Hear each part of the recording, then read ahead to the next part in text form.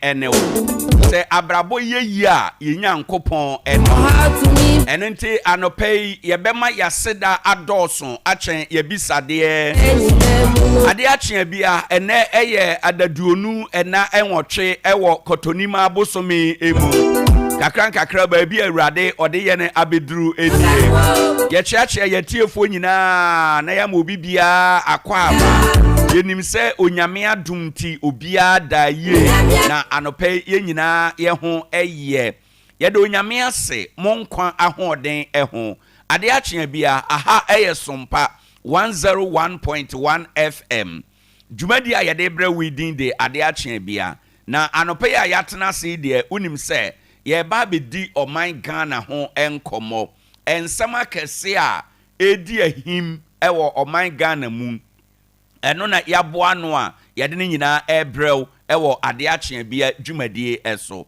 enenso midin ede Owoahene Acheampong na nyamenko na matena se ewo ha DJ Ken ena anopei ode me call Facebook Sompa 101.1 FM YouTube Sompa 101.1 FM ode me call ho enom di yachi hia yen woni ye monkomo kire wadwen ewo ho se be ya abrabo ne ade ye ebetime akoye ede amayen anopei ade achen ye die asemba akopɛ ena me pesa me kan ede kire wo masem nyina ene se sorry bo ho so na pebribi eye emfa ho ne sa ade a wo ye ne kakraka se de atie bia no ade bia wo beye ene dai na ebema wo nsa akɔwa no eye wo nsa no adwuma awurade nhyira so mfama wo awurade ntenanim nkyerɛw ene de a wo do nsa beka bia awurade ma ne nye nhyira ne a wo besom ene dai bia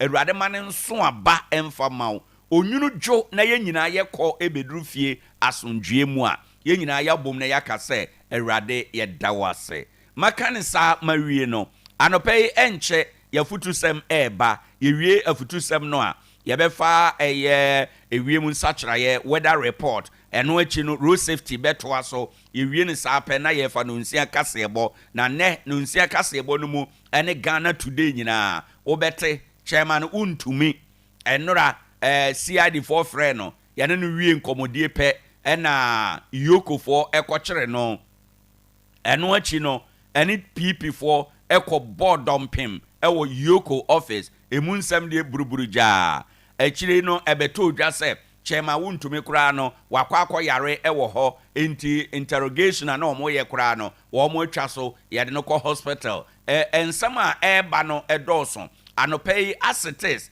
ene Ghana today nyina no eye sankomo we na ebedie oman no obi di bone a yetumi che no ade na obi adi bone a na yesusuo se obi adi bone a ya che no na nipa nyina ebo chenku ewo ho enom anopai biem ye bisa ewo dwumadie so se Ghana mra so kire se obi a ye beche no bia no oye not guilty kopem se court of competence jurisdiction chese ye de ne be court ama court ahwe asem no na court abisa na no asem ansa na yakase odifo ade na se so ye yama akwakoye se obi a ye beche no bia already odifo ede na asie ewo ye mra no emu anope ye bewura mra no mu ewo asetes so ye beka ya dwene ye betwunya de ewo ho enom na yetume akọ yenim makane sa mawie no mayemfa aseda ema 21st clinic anope adokotafo no se wo mo tena se enti ya wone mantentem na watumi akọ akohia won age wayaresa ewo ho ye kọ yenim no meka won ho nsam akere oba for now wo mo call center number no 0540 311 0540 311 na wafre wo mu doctor for no obedi nkomo abrebia anopen so ye no na edi dwuma no ntino den yara obi a obeka enti number ye de ye adwuma no mienu 0260 196062 0260 196063 sa number mienu we na ye de ye adwuma eno na anope wo be ba be frɛ na wakere wadwen yoko CID Chairman Wuntumi MPP dompema omukobo ye eduru baabi na emu ayeden e wo se na yokofo efre military e wo se yokofo efre police for reinforcement e de na ekoso oman Ghana emu ni nyina anopei me no ye ba abesanem ya chekere ne bede enti no ya na wahye no nso ebio midin ede Owoahene Acheampong afi na wabeka ye ho a ye ma akwa aba aha ye Sompa 101.1 FM Adea Akye Abia dwumadie so ne ye be kansem a efa Ghana man ho na ebe ma Ghana man atime atumpon yemfa yefutusem tietia na yentumnika enko yenu na ne afutusem a mede ma wo na ye de start the day right no it is for your learning afutusem na mede ma wo no said ye be ya ubesua bibi ewo mu na wo de betenetene wabrabo enye se nim na ye nim chen wo enye nim de na ye wo chen wo eye Awurade adom da bia ne de onyame de ma yense yemfa ento anim enam so ebe ma obi abrabo adane enam so be ma obi ayahwe ewo niema bebre eho ewo abrabo mti anopei the message me de eba no matudin say don't be Judas. Don't be Judas. Forget about the grammar. Don't be Judas. Menye Judas. Anopei mafutu sema mede ema wo enie. Ye nyina yenim Judas ho asem ewo Bible mu. Judas aye kan no na oka Yesu asuafo no ho. Na oni Yesu asuafo no enenam. Oni Yesu nante mfie miensa. A Yesu bedi asase so yi na okan ho nanso otwa ne ho ekokotono Yesu ekokoje nwetebena ediasa 30 pieces of silver ena okoton Yesu ejeye enam ne so ena onya Yesu ekum no ewom se na etwa se Yesu wuo no eba de nanso enam efa Judas so ena ebaaye enenti anopei akwa yete se Judas ne be Yesu ntudua ewo Yesu wuo no eho etwa suntudua no beba wo na ne enam ne so a ebeba no onue ene anopei se ya de ba ya setena mu a nipa bebre ewo takwa ha nipa bebre ewo man Ghana mu nipa bebre ewo wasaman mu ha wo mu suban no etese Judas de pepepe enenti na anopei me pese ye twen yadwene esi niema we so oben wo ono na ekro ono na eba nanso se wanhwe yi a ebefa sa nipa kro no aso wade pa bi behwerewo ebefa sa nipa kro no so wawade ebegu ebefa sa nipa kro no so yebeyi wadi ebefa sa nipa kro no so ka no a wo ka no ka ewura beje afiri wo nsam nipa na enam ne so no ebe ma no nso oye nipa a oben wo ebetima bakura se bi kura wo na woto aduane mani die nanso enam Judas suban a ewo ni mu onti no obeyi wa ma simple onfa ho kra anopei midofo me pese me kan se me kire wo se ye ahweye enkoye Judas ewo bia abrabo mu abrabo ye boyi diule mu enkoye Judas ewo obi abrabo mu emma obi mfawo so enkonkowu emma obi mfawo nsa so enkonya amane emma obi mfawo so enkohia ohaw bia ade bia beto obi no hweye na ankofiri wo so obi ankra bia ode ba asase so nko onyame ahyehya ma obi a ne ebesie ne ebekom ne ebeto obi a nanso hweye na ankwa ankofa wo so ama eno na me pese wote anopei uye prosini anopei uye court adwuma anopei wo security services no mu hweye na amfa wo so ama obi ankwa afiase wo bra enye mra kwan ene yenyina yenim enam nipa binom so ama nkrofo bebre eda afiase enam aprosifo binom so ene nkrofo bebre ewo prison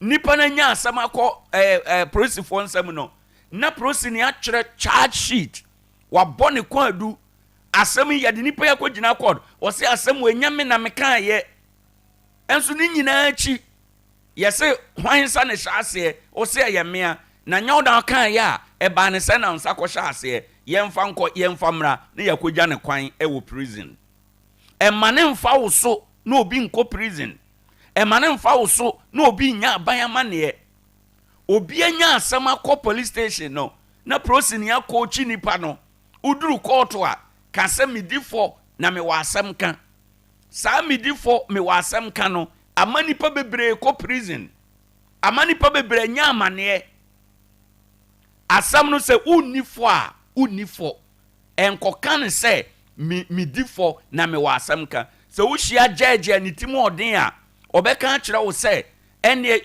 I am sentencing you on your own plea sa wo su di for there mi gina wan kasa wanum asem so na me de abua wo for wan hwe ya na wanya the second chance sa wo de beka asem na wo se wo eka no nti asem no udifo unifo kan sa e wo court ho nanso mpem bebre no na prosifo akọchi nkrofo se okọ akane sei ka se mi di sei asivi se oboa nanso oboa na opia wato amane mu anopai menkoye Judas e obi abrabom e mane mfa wo so na obi nko prison e mane mfa wo so obi nya amane e mane mfa wo so emma obi awade ngu wo ya akwada abaya e na wo ma menua abefa wo se ono obetena e mane mfa wo so na wo ma me awade engu e mane mfa wo so na unua be ma awade engu e mane mfa wo so na unua ba awade engu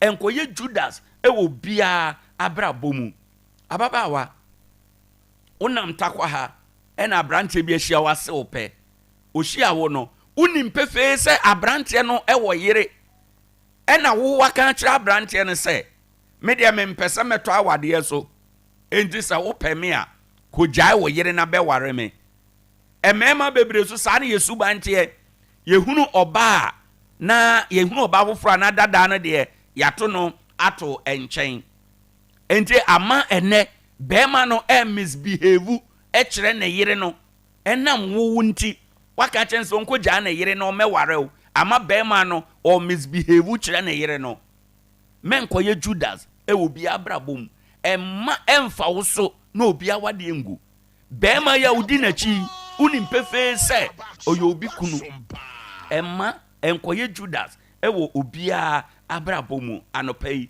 de amepese me no eka na ote ase ne se abrabo aye boyi emunsem dawson ekwan no wa ema no enkoye Judas e obi abrabom obi na abia adwuma e na ode wato ano se ye store na wabie e na wote ano woton ne mama no ema ne mfa wo so ema adwuma no ngu nipa nyew enti anopai me se enkoye Judas ewo obia abrabo emu na Bible say ne ye nyina ena yede beba atemu mu enti suban bia etese Judas suban ewo aban adwuma mu mines adwuma mu galamse adwuma mu ankrankra adwuma mu awade mu ene niema bebre asetena hodo nyina mu hweye na anopai wankoye Judas ewo bia abrabo ni ebesie no emane nkofa wo so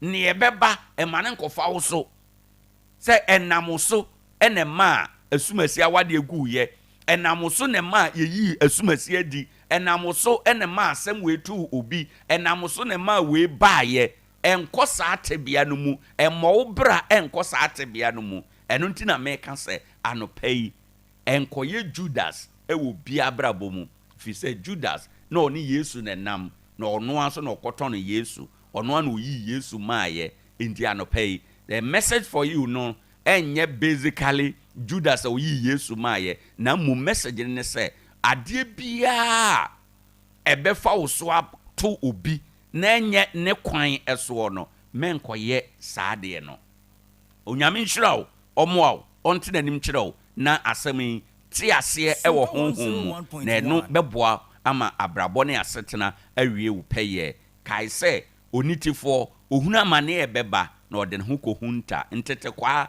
ɔfam na onya asotwe Adea Akye Abia aha ɛyɛ Sompa 101.1 FM na baabi a yɛduri yɛbɛfa weather report ntentem so a yɛwie weather report no a yɛbɛsan aba na yɛaba abɛfa road safety ho enkyerɛkyerɛ ne afutusɛm kakra sɛ de bɛyɛ a yakwan so bɛyɛ jojo ɛde amayen sabra yɛtie afutusɛm awie yɛpie akɔ abɔnten na yakɔ yɛnwuma ɛso na yɛkɔ yɛnwuma so yi no sɛn na ewie mu besi ayɛ ɛnɛdɛ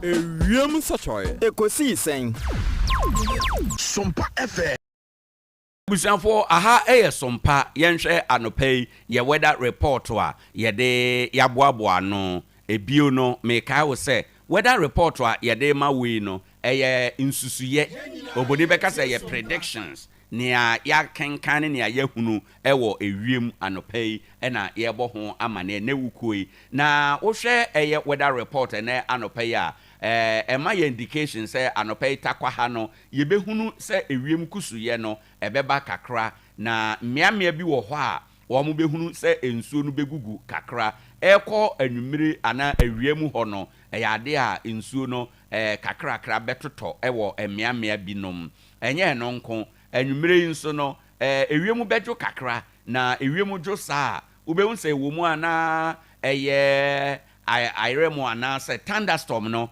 ato kakra afa ewiem enye baabia na ebeto afa enti no baabia wo no sɛ wanhu a na kyerɛ sɛ saa na ɛte depending on said their movement ɛwɔ ewiem no esi ɛte enti yebehunu ɛyɛ late straight thunderstorms ɛwɔ hɔ ɛno ɛna anwune no ɛbɛyɛ partly to mostly cloudy ɛwɔ hɔ ɛno ana anɔpɛ enso yebehunu showers ɛwɔ showers of little rain ewo emiamia binom awiawe a ebe na ene ewiem hye no ebegyina 87 degrees Celsius ewo soro pa entina chese ne awia no se yiniti a wonam awia no mu a beye hye se wonam awia no mu a se de awia no besi abɔ rare feel no 97 degree high enti no nso ewo soro ye hwe ensuo ene akrokra ewo ewiem a broni beka se precipitation no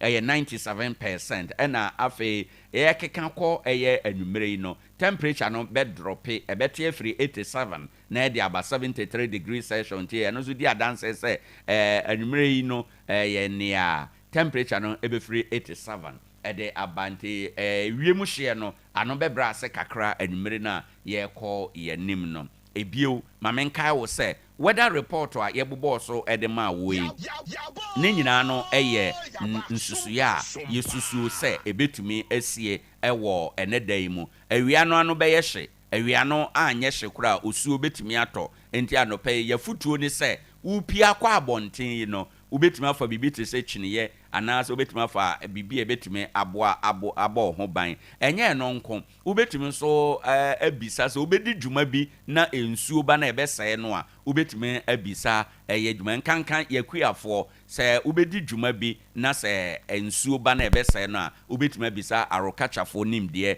ansa na wakɔ akodi saa dwuma no. On that note no yemfa anɔpɛ road safety tip ewo ha enom na yenko yenim yenua okay yebo moden say yebekɔ takwa nsayem municipal officer oye in charge ewo National Road Safety Authority no yebekɔ na yakɔ akɔgye ene anɔpɛ nso ye futusɛm tiawa efa kwan a ye kwan so ebɛyɛ jojo ede amayen yeguso aye kaka wo se dwumadi a wutie ye Adea Akye Abia enche nunsia bebo nunsia bo a yebekɔ Sompa 106.5 FM yakwa akɔfa no pa nunsia kasebo na yede abro yeguso a ye kaka obio se dwumadi no ye no na edie enti ye number no 0260 196062 0260 196063 yenkwa ahoma no so na yeni enkomo takwa municipal director ohwe National Road Safety Authority so Abilene owo ahoma no so. Abi, good morning. Good morning, sir. Na anope apomu to saying. Right. Yeda ase bebre yen so ye ho ye ewo Sompa 101.1. It's another day na empanin say itrinte ya ye nya ichesoa ne santi e na anope nso yabo opunum say eye dan yaro ya ye pia kwa abonten ye benante kwan so adrawa for benante kwan so ya ye namfo obia e road user anope kwan ben ye befa so a ya kwan so be ye jojo na onwunu bedwo no ye nkote asemoni bia. Yeah, Patrick, let us say, let me say,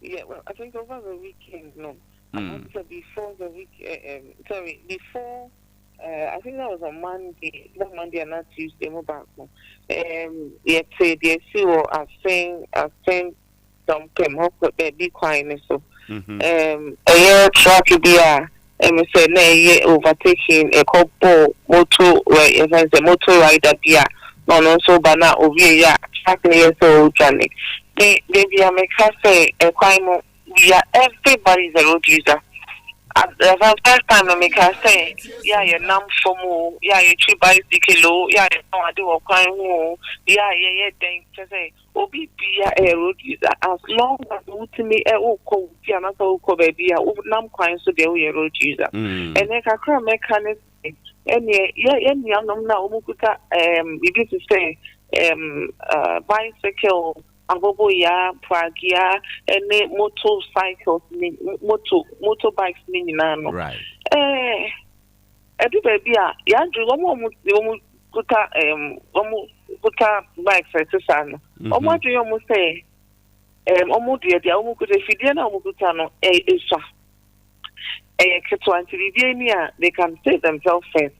But the thing is that before unam kwan so na say before we realize the crowd now sometimes no I too late. Into no make first say they are very vigilant on the road. Where who say abobo ya bia onam kwan mu na say car be ba na say o di car be eti o di car be anymore. I say wafa kwan no me fa kwan no ono a ompe so obekọ ono so ompe o ma kwan ma ombe say ba fa yes so say ye kwan in fact Ghana ha no the me say ye kwan no esusa. Yeah, we don't have any a kwan can say or how bet me aka say we be agro of that kwan so ye kwan susa and to know say ye kwa in say ye ko ye jina so ye say ye jina na mom ka kwan enye kwan a ye di so agro any ye one and na two yen kan who say at every point no me for media to takwa ha say ya any bike and motorbikes na ye into no make say even abobo ya they can say there is something called a crash helmet. I was almost shit. And so you be who say be brain sometimes no wouldn't young enforcement na say nam kwan so pokeke you think say be brain na almost shit and almost think of another person about bet na almost chen e just you know e pura abobo ya for be brain right. Into no me say they should think of themselves first so and so almost the coins to some kwa ko pesika. Okay. Yeda si bebre ene said ya wahwe omonwe wo mo ho first kra nsa na omayo adwen se ye ko akope sika enti no omodwen wo mo ho no in brief enema ben na omo ya ye behu se practically omodwen wo mo ho first. The first thing is that also Mulisho Mushimu say, Kwaya Mekoi, maybe some Meko, now me find Bafia Sumudimoni, number one. And then number two, maybe some they bomb me home by now, me born near or Namusa Quine and so by because anything can happen. Right. And no dying China. They are afraid there was safety, a friend saying, yeah, well, and no matter what Musha as sorry, Abubuya, a tricycle, a motor, in the motor family, no. Into no, also almost a crash helmet. Say, powerful now, mobile almost heavy. And I thought they be out not almost giant almost for passengers. And Abubuya, yeah, modify a nipa. Yeah, the far good, asking for a short distance. They find your map for a very short distance. Right. Into no, you have almost a sad in so much you never probably. Okay. Okay. Na bibiti say o ka say ye de fa ne mai say ye fa me ne ma me metna hen. Me pa so wa say setting. Wa we kuta abobo ya na say wa nyoma ne ye wo dia. Ne ma wura no. Me pa so enema wura ne dia you are not allowed to sit in the you can say in that machine and find the any kind of what's not so. And make it place available for any other person except me for Ochimoton. Abi me da say anope yama me signati yemfa news ye ba ochena ye beto aso. Me da say. Nyame nshira obebre. Abusanfo yemfa kase bonomra ye ba ye beto aso.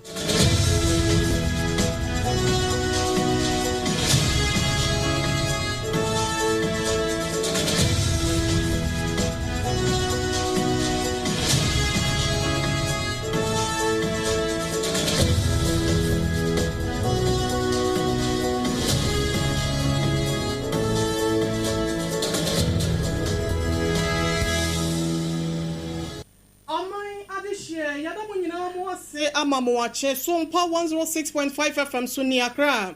And someone would want to pay up what one or Cassia Quaisono and I yatrasia de Baba Somoya Shannon. Say and some no extra fast, say Brecona Betty and Casantemantemo. Aya Sompa 93.1 FM. Ayuko 100.9 Cremo Ewo. Sompa 90.7 so Ewon Kranza. Sompa 106.1 FM Tachima once was some and a Sompa 101.3 FM Wadoma.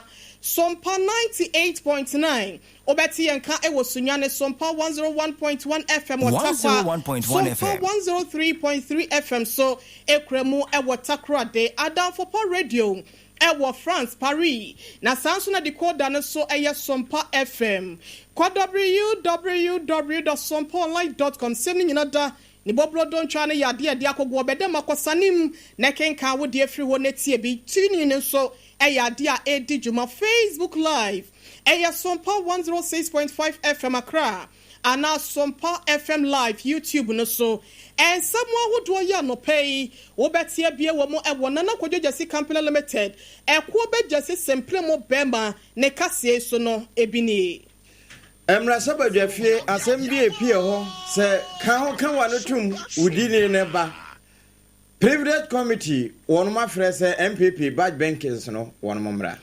Mampeni John Dramani Mahama Swaka Sadia fan negana sikano ya enya na yagina so no wase atimi aboa ye ewo ye ka ho ede enkyeremu no odema ene eyu so ayenhyehyɛ na Ghana anti-corruption effort ya ye bose yebetimi atu pro ne kete asehase no wonom se dwumbo so mene da edikan ekosi da etoso nsia ene ombehia ho MPP amanyoko no so se bibi e de akyerɛ NDC no mamu no nyina da se won hwentena se ema obi mfa wanim entwetwiri fom ene yebebo na fe yewuram amanone na wonimu se Sudan mamu ɛhɔ nso atride yade bi atweneti de na sade mu nsamote no yede betoa Semi dodo na ka ho na anopei na kwadwojesi company limited ekwo bejesi simple mo be madansie wunia mapapa efri na hyose ekosi awieye no wonu mekura ye mo ya akopa bi na bibia so entimi nkoye mfama wadansie hu nsem so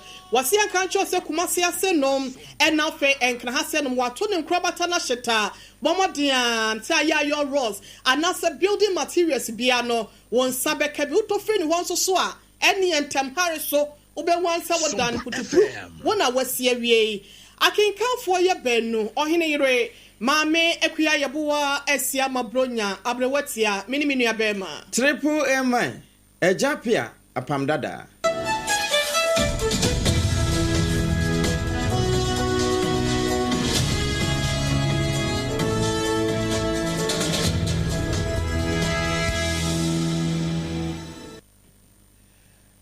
afe yanyebre na ensem no yentutu ne sre ene abasamfa ma na yefiri ase a ye sha ase de yefiri mampani John Dramani Mahama na boboa no na African Development Bank wonom edi mfinhia makoma adusia na mfinhia adusia no nso wo mo bebo wo mo sesen wo man mu no a wo mo ne abibiman agana ka ho edi kaso bom wo mo afia finhia mudi a wo no mudie no de toso adunum baako enie na wɔn mo kɔ nhyiamudie ase na mampani John Dramani Mahama kɔ kasae no wɔde to so akyɛ sɛ Ghana cedi no sɛdeɛ ɛne dollar ɛpima batire ya etimi won wo twene ase no aboa pa ma yɛka yɛdeɛ ya wiase nyinaa ehunu sɛ yɛdeka no sesei ɛso ate na sɛ yɛka no wɔ nsuro torokora obetumi aka bom akyerɛ sɛ bɛyɛ sɛ 150 billion deɛ yɛtimi ɛte ɛde afiri yɛka no mu.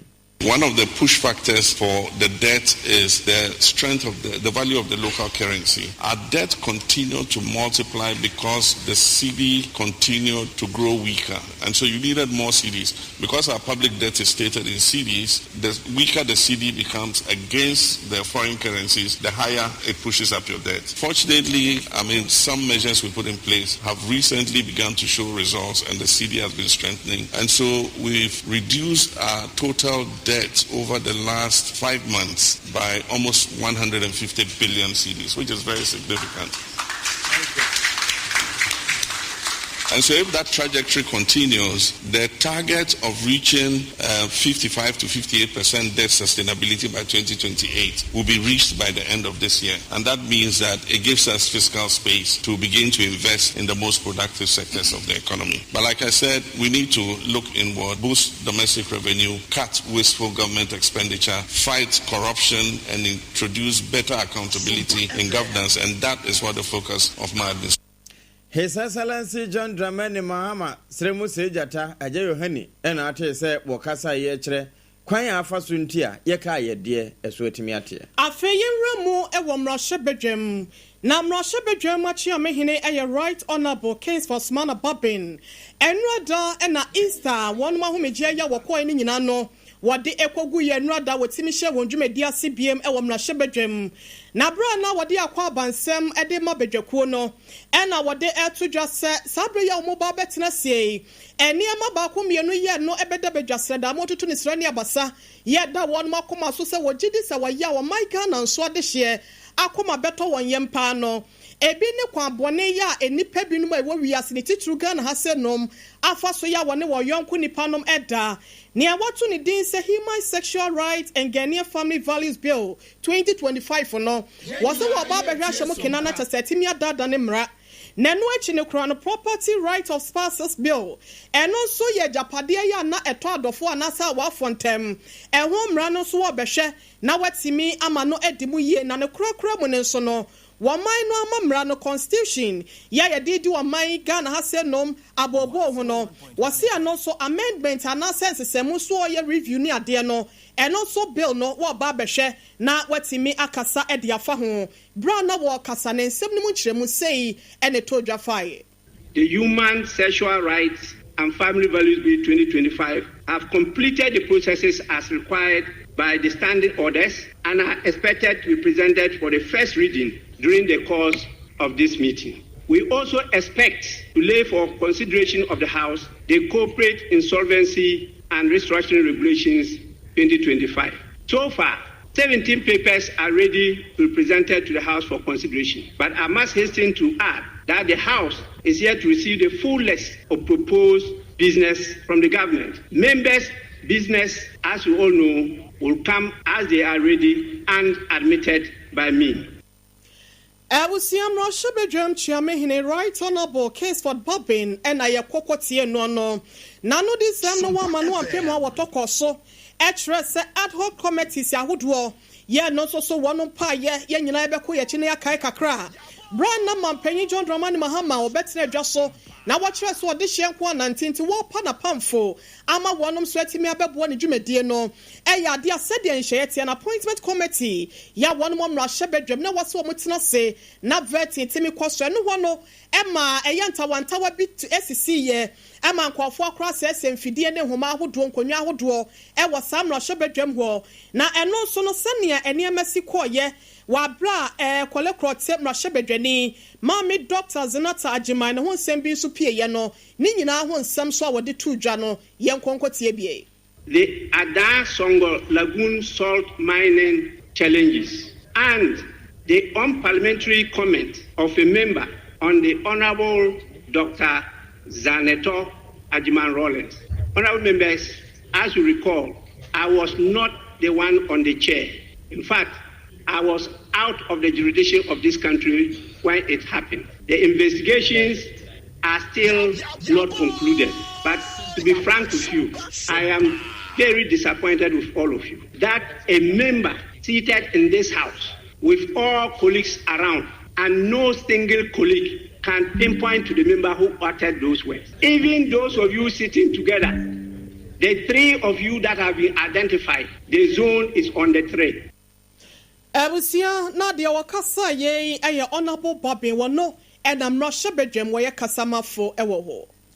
Ene na bra wono mo kwa setena no enye togwe ganko ene kasa e na mom de wono nso don kase no oda wono ma no yewura mama yarega wono nso edbp so na sade yewura baben ebo odine no sade igwefo be kanu no Dr. Zenator Rollins ensem bi epie free adehye ne bia wono mo mra badwa fie na no eka se ka wano tum bra na wo mo eka kaye yewura ya wono oti nananom wonse do ewo mojam na enche bia wo mo aye ho hwehwemu abesi ne wo mo nyanya obia ne nsa ebon mo wonom aso ne pechi mekire de na woye abu akwa mra badwani ne de no ho Joseph Boache dankwa ni wo ho ne ho nkomo no ene kokko twen sansemi be se ka wano tum odi ni ba na woni a woka ebesi ne wo mo ntime nkyire sa ya ata na asa adwoa eno enam so ma enura wo mo kwa asetena no donkase ba no de ni yewura mama yarega ede atoso kyese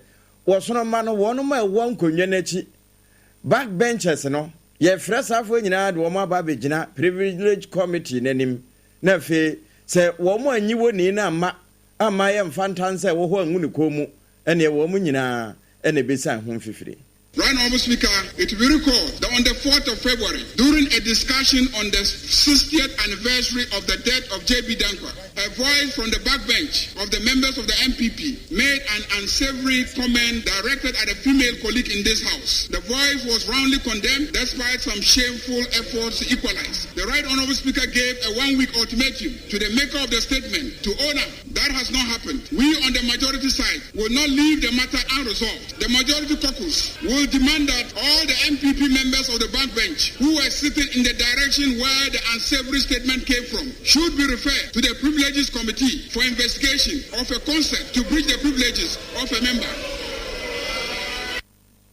Eno dom kase no ba no de ne yewura mama yarega na ate se wakasa won semi ha afa yewura mu ewo MPP amanyoko ni mu na enrada ede na Rumble Star Sompa na ekoso ewo iyokofo won makache ewo Tema station chenwa ni nyina ne se obeka ya na no fiada yen kase so ne ye de bom se national security for what do wani chemu asante mantemu ayewura Bernard Entwibo Siako ya dodo na abo ne mrane se chama wuntumi MPP titena ni wasante mantemu no won makobo dompem ewo ne fie esa wonum ekwa akwache no enansa yo so ma MPP mpanyimfo so borua ho ya chese enkrata ya wachirese won saka na kire no eni se wose wotu ana mode na ni kire mu ewo wonum office na ono so ka se nyame ya domu a eni enu achiduada eni obetimi akwo ampania power do se eyoyo ema na no juada wotutu na namom de na ni kire mu ewo national security for asuye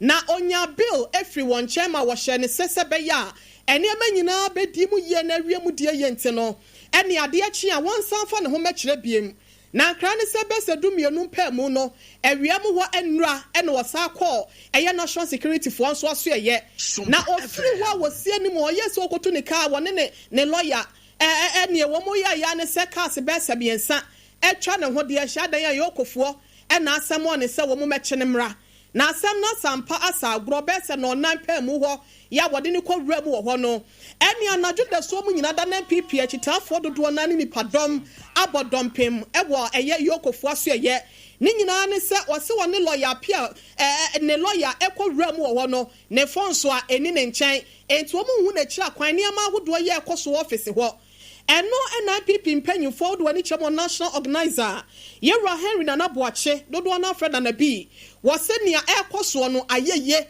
wano montena sema NDC fo anaso obiada emetiatia wonfa ahode so esanse bia tumi afiri wonsem amana babedi wonsem nteno na ye kasa ya Yewura chama wontumi o kyerese enura da se ne ne besi ko ye Exim Bank fo nso eche mo de ba ye krampo ne se wo mo so de sermons akono yesi anam so ama ne mpomode ho nsem no enkoye nti ye kasai owa ya sabia ya woja ya hwe yentie na bi ne nsem o kasa ye efa intimidation wo chese wontena se ema wo bi enfani wo mu no ho.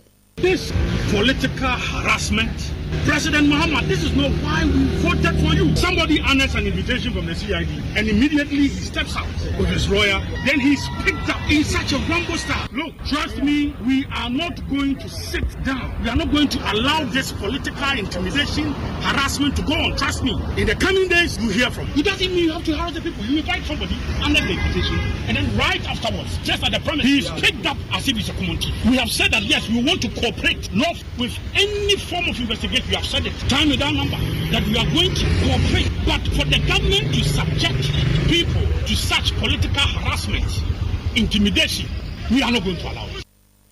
We are not going to allow it. We and a national organizer.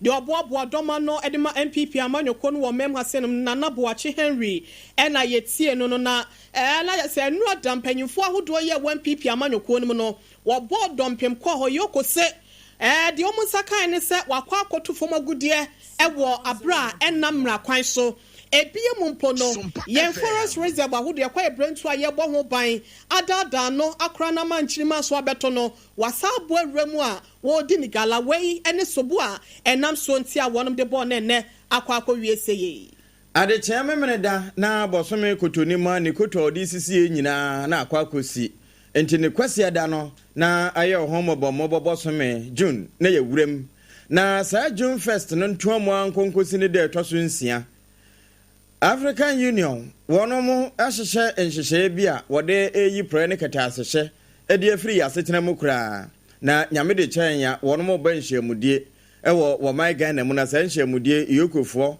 ya wo mo afrɛ kyɛma wuntumi wonom bɛkɔ bi sa na Ghana Audit Service fo nso kɔ bi hyiraagefo bɛkɔ Office of the Special Prosecutor ebegyinam ene afoforo ka ho na wosan komo ho no na penimpa abedi akira wakasa de mamampani ewa abankasiem wabapa Shamima Muslim wonya adaje na wopoto rebrofo ede kire Sompa nsentrofo sade ebutan no ete na emuna wono mo kyese se wo hwe asamba kura wo mo gina so na odi edi sa da yi a was revitalizing the anti-corruption architecture in Africa. Ghana's accountability to discuss trust strategies.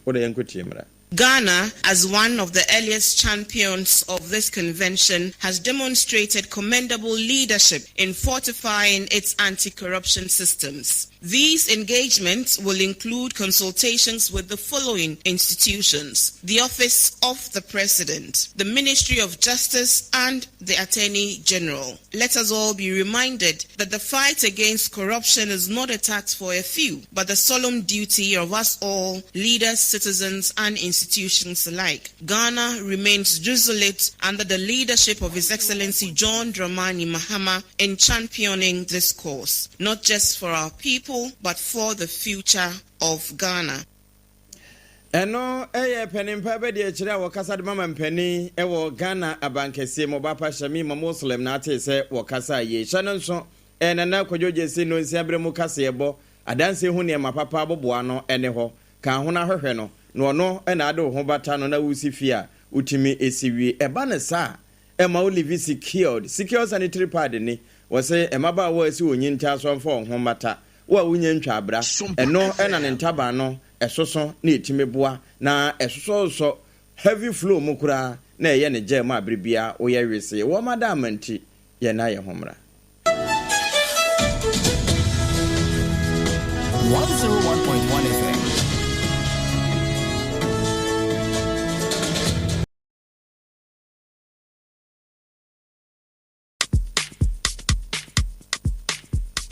Kweku, minim sawa yeshe. Me kraman nane. Now so ebony show one embasso. Malehon Sepeno. Ebony condoms comes in different flavors and available in all pharmacies, chemical shops, over-the-counter shops, and pubs. For bulk purchases, contact 055-230-0075. Ebony Condoms, Ghana's most pleasurable condoms. Make it worth it. We got peppermint, strawberry.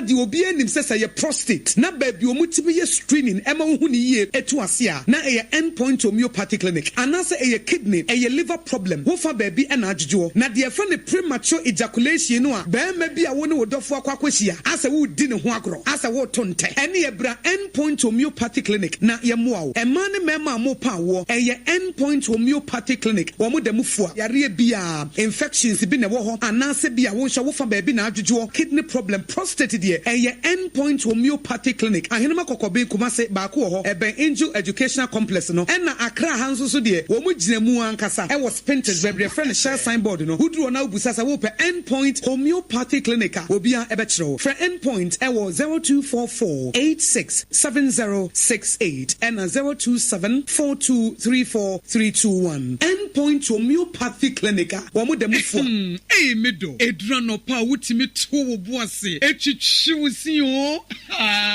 Na so ni say me the Yas toothpaste and the brush and the twitwi mesima me nya homka senti na ye bokoi na me die me all time favorite Yas herbal toothpaste and the brush aboa me ama sesei menum so a enwunu anasa de ehia me semfimfem me biem na wo hwa say me si aye fita sesrechi ahoma na et brightens Yas whitening toothpaste and the brush and me di hwimese enti na wo see efe na Yas total care gel toothpaste and the brush ni de ebo wo se ho ban demu ni nyina ema wonum ye sham. Oh yes, Enukratrodo, Yas Herbal, Yas Whitening, and the Yas Total Care Gel Toothpaste, and the brush, Abusian Chamfa. Sawo Pedudu 2 Ewon Kran ha. For Leicester Ghana Limited, and was 050-161-9588. Leicester Ghana Limited, and the Yas Toothpaste mo ahudo, and the brush abejaso, abeboy. Munde dinam se menya foreign call.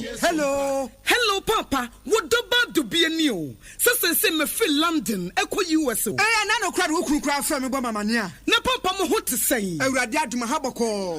Na ko jejesi. Echo basim penemo. There were ton adense hu nyama no so. Wo hwe ho de. Oh, wo hwe ho. Echo ba. Mesi wo boduma kra sre kane no a. Na wodru US won so manfo bo ndin sa na. Eh, Papa US hakura de. Na ko jejesi company limited agi ba bia. Wo Holland, Germany, France, Italy, London, Canada. Eba adense hu nyama dia. Obia se na ko jejesi company limited. Na matese wo bie depo kasie bi e wo kasoa. E ho na wo bia koto adense hu nyama. Na eye no kura papa. Oh, no kura pa. A police station in Chenhua. Hey, a kuoba sempre monono. Onye mereda. She, where crano me and somewhere and will be and for yao. Baku a buakwa pass kumasi, and Bakuso Pocras and Kranha. Obiase, Nana Kodoja see a bemaba, our dancing, what on cement, iron rods, banding wires, and I do a plywood and just said about dance roll. To say BB, they share a dance yes, the Kobe. The pony in answer, a to football, would go come more, what could you free?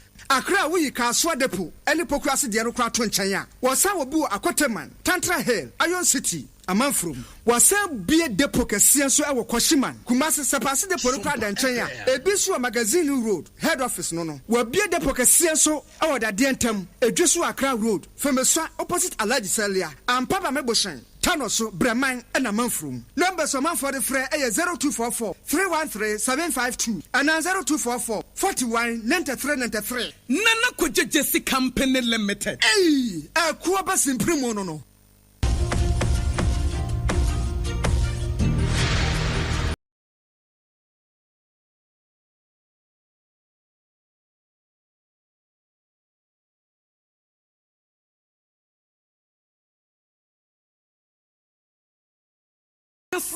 Ajibebia enokre ajibebia ampa ayesem fnama na anope mamefo nwuram ewo Ketu South abato mpesua so abankra chepani owo ho yewura Nicholas Kwabla Wolache na wakasa ɛde afa timamufoɔ de a wɔn de bopem ekosisi kwan sɛ wɔn maka ntwam ne nyinaa yɛ sɛ aban bɔ a wɔhyɛ wɔn tidal waves no ho sɛ wɔbɛyɛ sea defense sɛ de bɛyɛ na sɛ nsuo no bɔbɔ saa ahe koraa bɛpem saa bopem no a na sɛ n'akyi ne nso wɔnya mɛyɛ ɔyɛ no nti no wɔn mu si kwan wɔn maka biara ama mmɛsɛn na ɛno na aban krakye panin nso akasa ɛde afa ho sɛ wɔn mu a saa ahaw yi to wɔn no nhyɛ wɔ apono so sɛ yɛbɛyi wɔn afiri bia na wɔn teɛ akɔ baabi a nsuo no yiri kura ɛnto wɔn.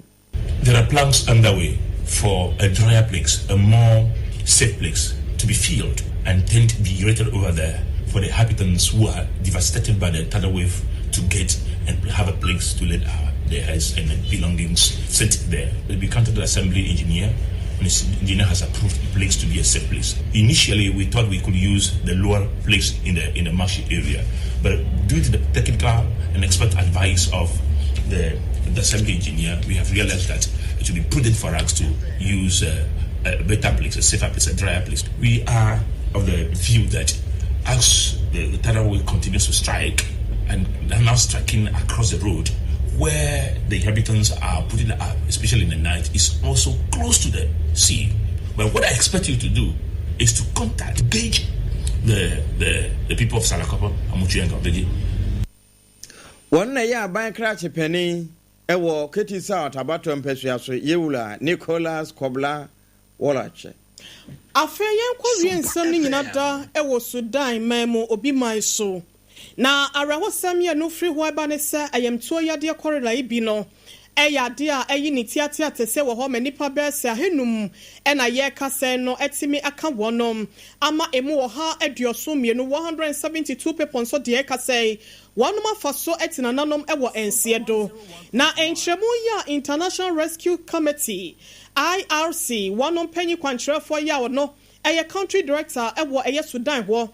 It is as you see, one in central for one commoding Chimwabano, and a watcher sa kumbi a best and female sending atwa kwaswaya ekoso Sudan, any pay wu obeguse funu near da ho near the dibu akrampa near sa any one no me ton said di wa bla once na wodo ya esisi one muso nyina no na chese edo so ba be si aduane so na wa chese efi na mpempi na no eya de korora yale e ba na so no wo mu de o mu adwemu no wo mu susu se Nia ekwaso ntokwa kwan so nipa kunkum ya wonom ni funu edi akehia no eno na nam so amasa wo ye ne we say ato wonom eno ti wo mabo obi akokwasa wonhwe na eniema etesa tokwache ne ye wonhwe na wontwa so se be ya komu ye beba asumdwe betimi edi hine ama omanfo so apomde ho nsem no etimi asipi esita e wo Sudan mamu aha na ye de kase no esie ebi afe no waso afidie ensam ahodo ehwiegu ye no bi ne se Privileges Committee ye womra se badwafie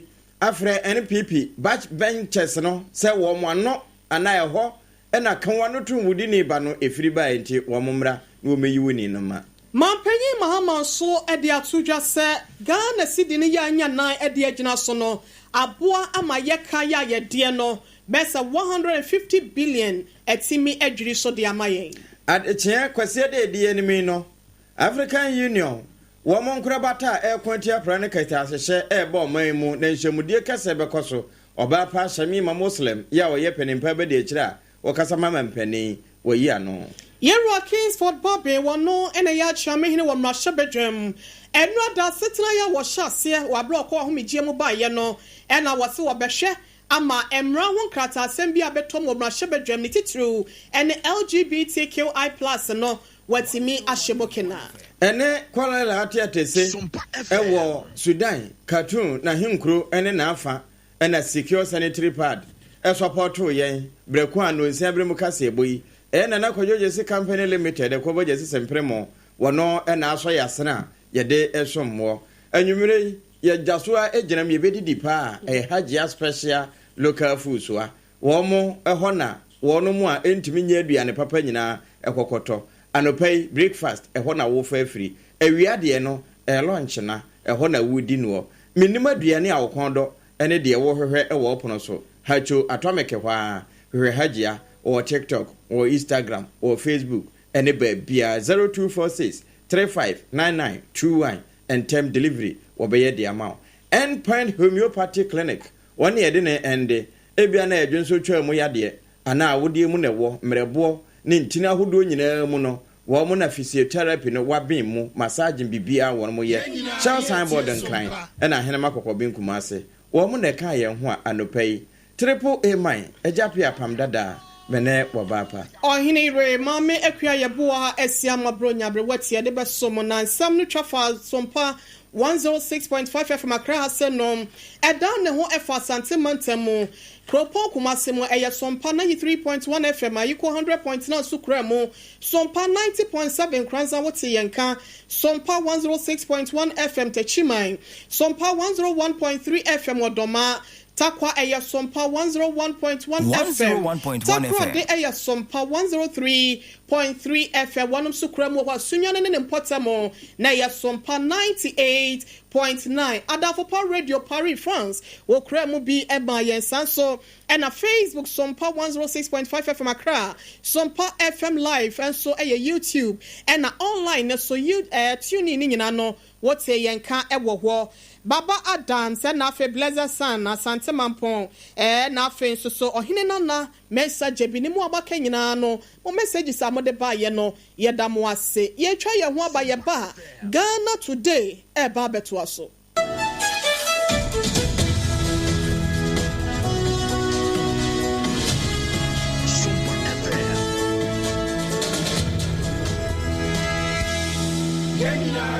Endpoint homeopathic expert, original, architect, commandant, researcher, expert mua. Ghana had the Obian 21st clinic here, where Alpha and Omega, a basiatica, Obisia Cosia, a yes sciatica, Jasiatica, and I'm saying, say yes sciatica, say yes sciatica, Yenima, a 21st clinic, a Judia bra, Bonidibia wope, say yes sciatica, say yes sciatica, say yes soatica. The animal is a nerves in a wall to us.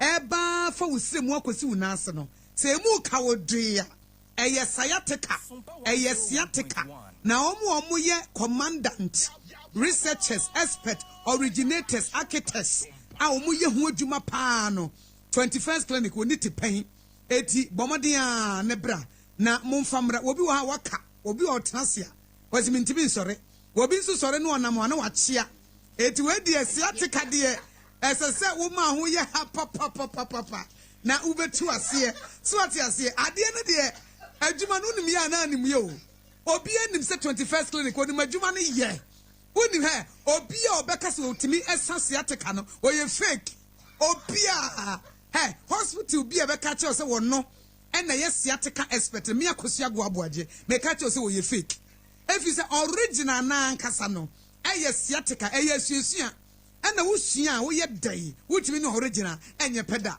So Wusia said, dear, so what is here, which mean original, and your pet, and you know, and Tishan so sa, Siatica expert says, no, more no munimueno, not munim set ya watermelon street ye free ho. One Tantra Hill run about, no, the wolf would your hair, who free domine bar, a yash wonsa nifaso.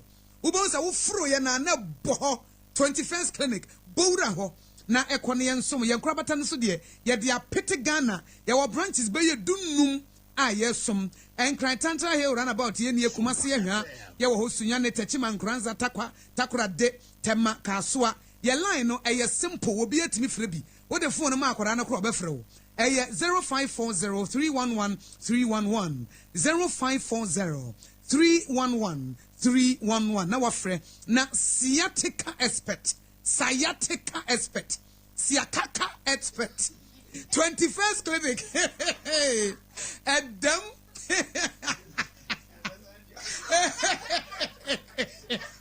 Anyway, a sciatica, Mammy called it 3 times. A sciatica expert, 21st clinic. How many times did I call you? 21st clinic.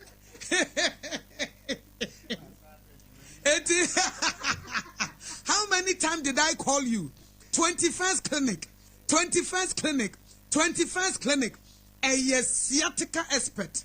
0540311311. 0540311311. Not with them.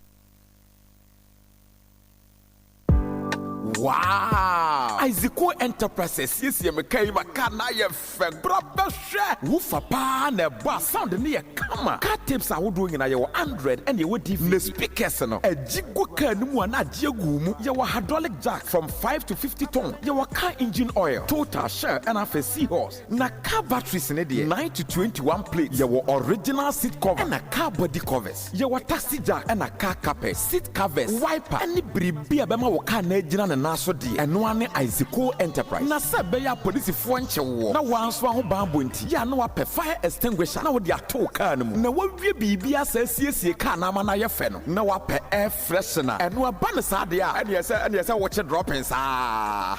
Edini ya Isaac Enterprise. Ya watakwa bogo so junction. Ye ni Mobic filling station de din hwe ni mu. And nti bibi a wo pe. E de asiesie car. Bra ya so ye ne ye be sort wo. And nti takwa drivers ene ya ye twika free me di wura takwa kuro mu nyina. Edini ya Isaac Enterprise. Takwabogoso Junction. Opposite Mobic filling station. Fire number 0244111153. Isaac Enterprise. Yesi dimpa yesina hunya.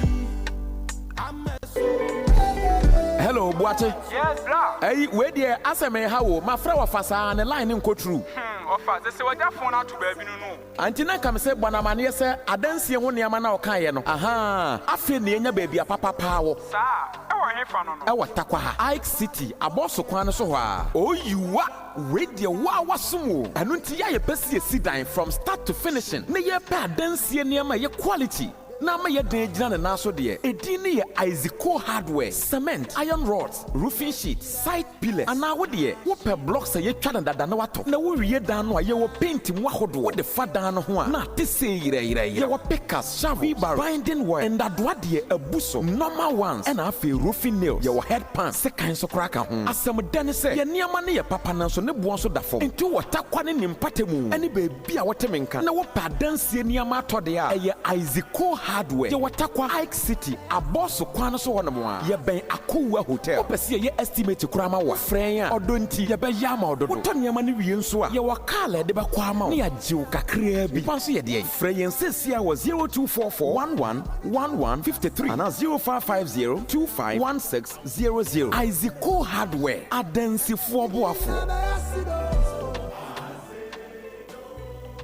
Edina kesiye party akesiye se wo pe baabi a wo be serve wo ma wo ho se ye buffet ene wo mo ye se ye local continental dishes a wo bi atwa nani a Hajia special local foods e wo hacho atomic kwan no so ho no de enti e friend local foods ne se enye wo mo ye aduane a na wo mo atentam tomatoes apro meko apro jena apro garlic apro no de ye aduane se e ya bontine aduane e de yenye ne bi sa dabi Hajia suro nyame etinye nwanwa se Ghana ha tire se ministries agencies akese aye ahemfo na nanom ahema mo wo mo tenase no wo mo si ye bedidi ye didi eziban ye didi a wo mo se momfra Hajia special local foods efise hono ena aduane no ekoyie Ghana ha ba bia wo mo timi serve Hajia special local food pese wo fra eye 02463599921 02463599921 anasa 0594797 7215 059-479-7215 for not with them.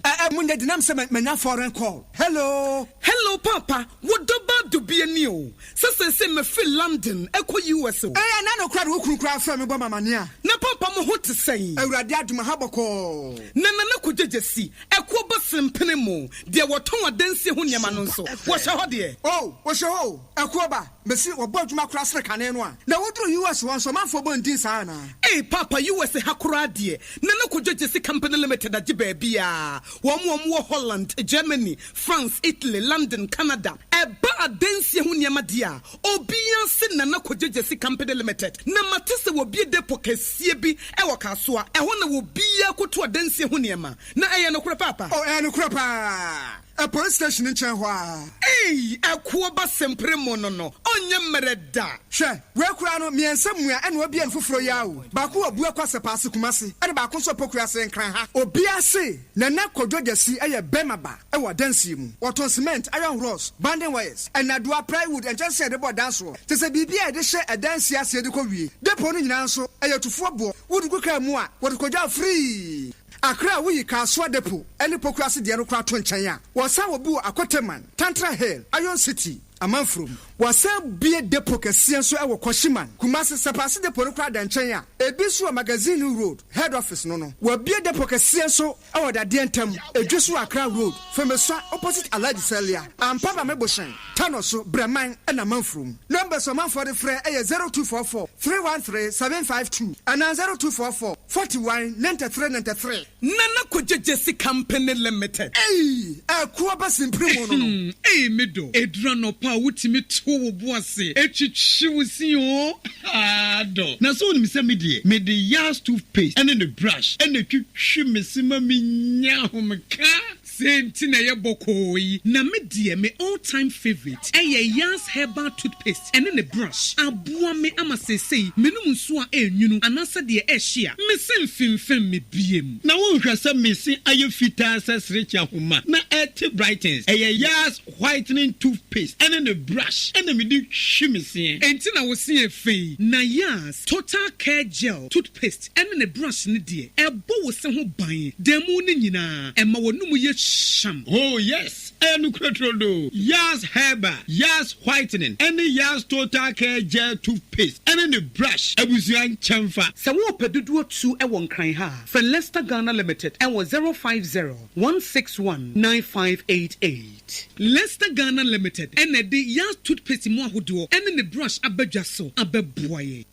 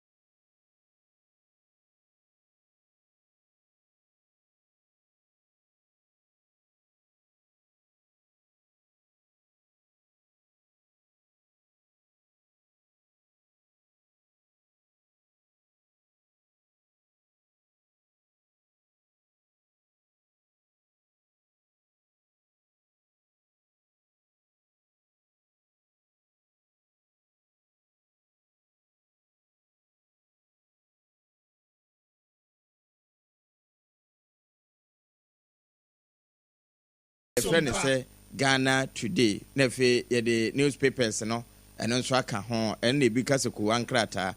Enti enano pay baby will be a joining yen. Na fro ye pakese no Sompa 106.5 FM Accra. Facebook hono. Sompa 106.5 FM Accra. When your data ni bi susufa hwehwe de ade hwehwe no na no emfa bibia mrew. Nemom de bema wanya futupa. Ubenya kasapa. Ubenya sompapa. No wanya ketuapa no. Sompa 106.5 FM. Na etwaguo edi free Dome Watermelon Street anase Green Hill Street no enam Sompa 90.7 Bono East Nkransa efa kofa kentampo jema ene na afa nyina kosi frawa no ho a sabre kro na enam Sompa Tachiman 106.1 FM unya duru takwa se yensuayim anase hemfa ekwa kosi chiri Sompa 101.1 FM Wonume watakura de efa Sompa 103.3 Uodoma menim asase paso Babia da sebraji membedu na Sompa 101.3 Sabre krona Sompa FM ewo YouTube Sompa FM live Bre krona decoder no so Babia FM stations akentra wo agi won hudie no wono yegina mu se franka Sompa FM enenti ana wahye no nso Apam dada medina yatena sie no secure sanitary pad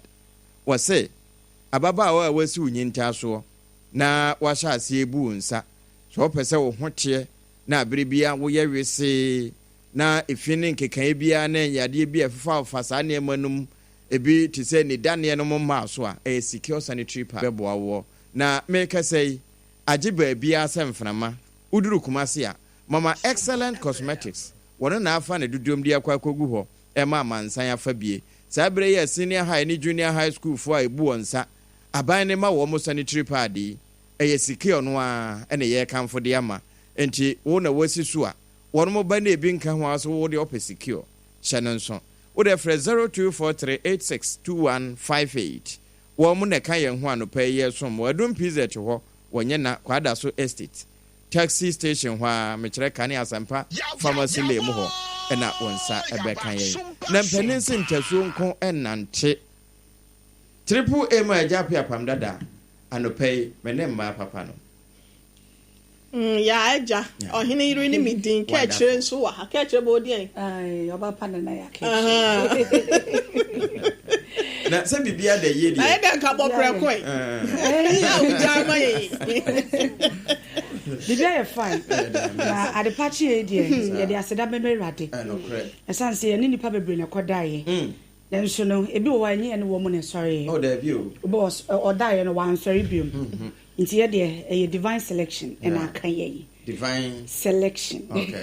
Nti ye de afe. Ase ade achiwa wadi afe. Nti ye adum bi. Nti wo zu tie me na wo nam wo kwa adwuma mu ya de rade ase wa ye. Esanse wa ye bia mo iskafo kro o mu. Na ye asebi o hiamfo yi ye da so ti asede ya aseda apa maka wa koma o aso waju bibi o na so Sompa ekura kapia pa o no kre eno nti nyame bra wo bo asase ene de ewo mu nyina no no wa bo Sompa no wa bo Sompa na ewo ne nhihye emu se ene FM 28th May apam dada no a ohere mame ekua ye bo asia ma brewatia enna na ye aka akire ebehia ne de bia esi ehia pono yi so na ye de Sompa no so ma adasa abrewatia ye ma yemra abrewa aboboa no bibia ni a Ona ni edwane to ano. Adibia mu yese nkobi sabrewa empani nko agina no wo motare ana emfa no moto mu nesi so se ye kobi sabrewa ewo fichire wo nti ano pay ye mi sabrewa na sade na midweek no nso wasi abo o red no na ene Sompa red no ene white na de esi ene ye kokko da mame okay ene ye wuku ada edru wuku ada mani bre Aye. Sunday. Me krada. Okay. Many break. E to da bia na e wa ablabom no se wa am wani ambra ye beje wa ade de afiri wonsem. True. Enti ya na akosua enhura tatu yefo. Wo se edu kwada na se bia me denti na me ka no. Ana se bia na na ya. Se edu ochina nya me ya adom wanka agi akra ba. Me de ache. Ena me nka ho.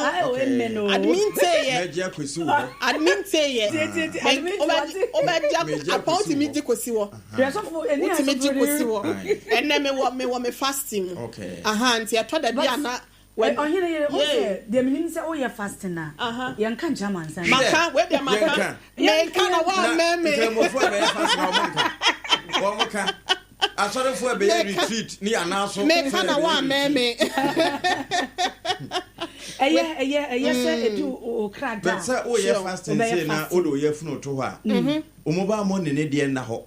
Mobile money no. O momo. Dey. Say o ye fasting na eno nso mo obi amfa bi nto so.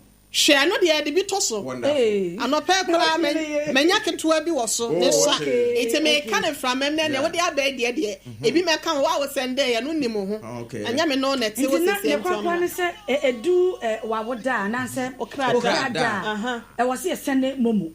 Ese send momo. Na obede nso e. Eno so sasa ya wo da afini mu obeji momo. Adu atada bi ayi e friend se nana ya. Se ya wo wa ya wo brepa o. Ansa na kwada bodofo abeba beto wo no. Na de wa fam no na asini bi kura timi. Ansa ya mo so mo kon ni se ma so achi no ma twe no. Na asini bi timi so na betia na ohwan no. Eti se ohawa wo fa mu nyina na baby awda no so na ho onwunu. Eti wo ba ewia se hyehyehye we se Ghana so ehye pa. Na wo ba ha se de wasi abere pa eburo. Me se na anu adakwa adaso ode ne ho kwa adaso. Maami bi ne ba se pu wode ababo no amana to banchifo bi mu. Na se maame de anko. Won nti wo bele won kula bele mu asa na awoda ne tituru ya eto da bia na wo ma. Ese ye hye wayi. Ye hye wani munyam. Ya mu wani nje. Anti ye kan kwada na wo send momo. E chanya me ya aduma na ya ka eche wa na wo send no. Me no me the price beto ho. Ti eba na anu sa me sa send am. And I send the mama why. Ayi obi me send mo. Be se beggar with no beggar with a choice. Where there with a choice pa. Na pam. Ya say ya yenko bi sa abre watia. Kantete no eba sa ohini bi ena ose yenkum krom hofo nyina mrewafo no hia wo mu ate se ne omampanyi oti adwaso ase wo hwe na memu na process ra se woni mmaburu na edi dwuma titiru eto no so ye na adwen se wo hia mrewafo bia ene nkokorafo bia wo ompanyi bia wo ewo na memu ne etam ne so etia ne wa aberewa na ase bia ne ekunkum wo mu ma brafo tisi mu akokunkum dodo na abrantie ba ko no hu nyansa hu nimde ehu se da bi ewo se me de abasem ya oya ma bere wakosie ene odi kosie kwayem no ohini ya mom kokun eye jata bre no ode ne hu nam no ne wedie ne hye ne ho eti bra no wo woro no na wontimi nworo na ato se empanyi mremu ehwa na abrantie ndimnika kwayem ho ko bisa na bere wati ase de ato wo hene yo wo hene hunhuna ni wo hene kanka bi ede ne betimi aya aboa amasa endura ho na wo de edura ne ho na aka moto ba se ne ho yehu eche ni pagina no ebe de no se ne ho meti wo yewu eno aberewa ne ma no kwan ya obefa so a wo betimi awura de no obeye ma no na horo na yiye enti ese ye ko bisa aberewati aba na se ko bisa aberewa aba ese de aberewa no ekọ share kwaye mu anase dan yechi baabi nya saa enko ohini ya mre bi atwa mu na nko ope na kuni ono an nchen na okọ bisa abasem anase nimdisem etimi ma ne ho eto no nti no efiri wano na aja saa ne ma ne ya soso so biem to da bia akọ ya mati fudua abebu no kasa tome no yekobisa abrewa no beto okay emele wafo so to da bia ya na kantete no yeta pe edan chitena ni ye twie mu nto se nya da mo eye fine se petomu a obehu se ye fredi ho enti ye fredi ho wo ka asem wo fitie mu a wo meto ye wo ho enti o se me kwa afikira wo me twa me ho aba akwa bisa aberewa aba So what am I say? Aha nti sa hwesode mienu we senti ena ye atwa da bia se yakwa bi sa abere wa aba no. Wow. Nti eba ne ye pen so a. Abere wa no no hwan. One me a. Wonderful. One sompa. Se wo pen sempetie ana so pese okote ana so okobisa na wote ase a eye sompa ena wasa we ye dey wodi wani kire na enti ne yese Facebook live won say ya na edu eye Ghana today say na ye makwan yese bra baby sa o de na nyom na ye ubisa ye ntimi mama pepe ba o pese wo greet obi ana so pese o chia obi birthday wishes ana sa asem bi na pese o ka kire obi a Facebook live on Sompa 106.5 FM Accra and I say what the messages in fa wa and I say YouTube kra so ye behwe na ya kenka the amount apam no pe dia wa ho no so obi ade betu na ya ka kire so aha apam ohene yere ahyase no ka asem bi em de pa wo se enne me ntia wa hye red ne se enne eye ne krada na on pese obi beji bibi efini zanya yes me ka kwa kosi se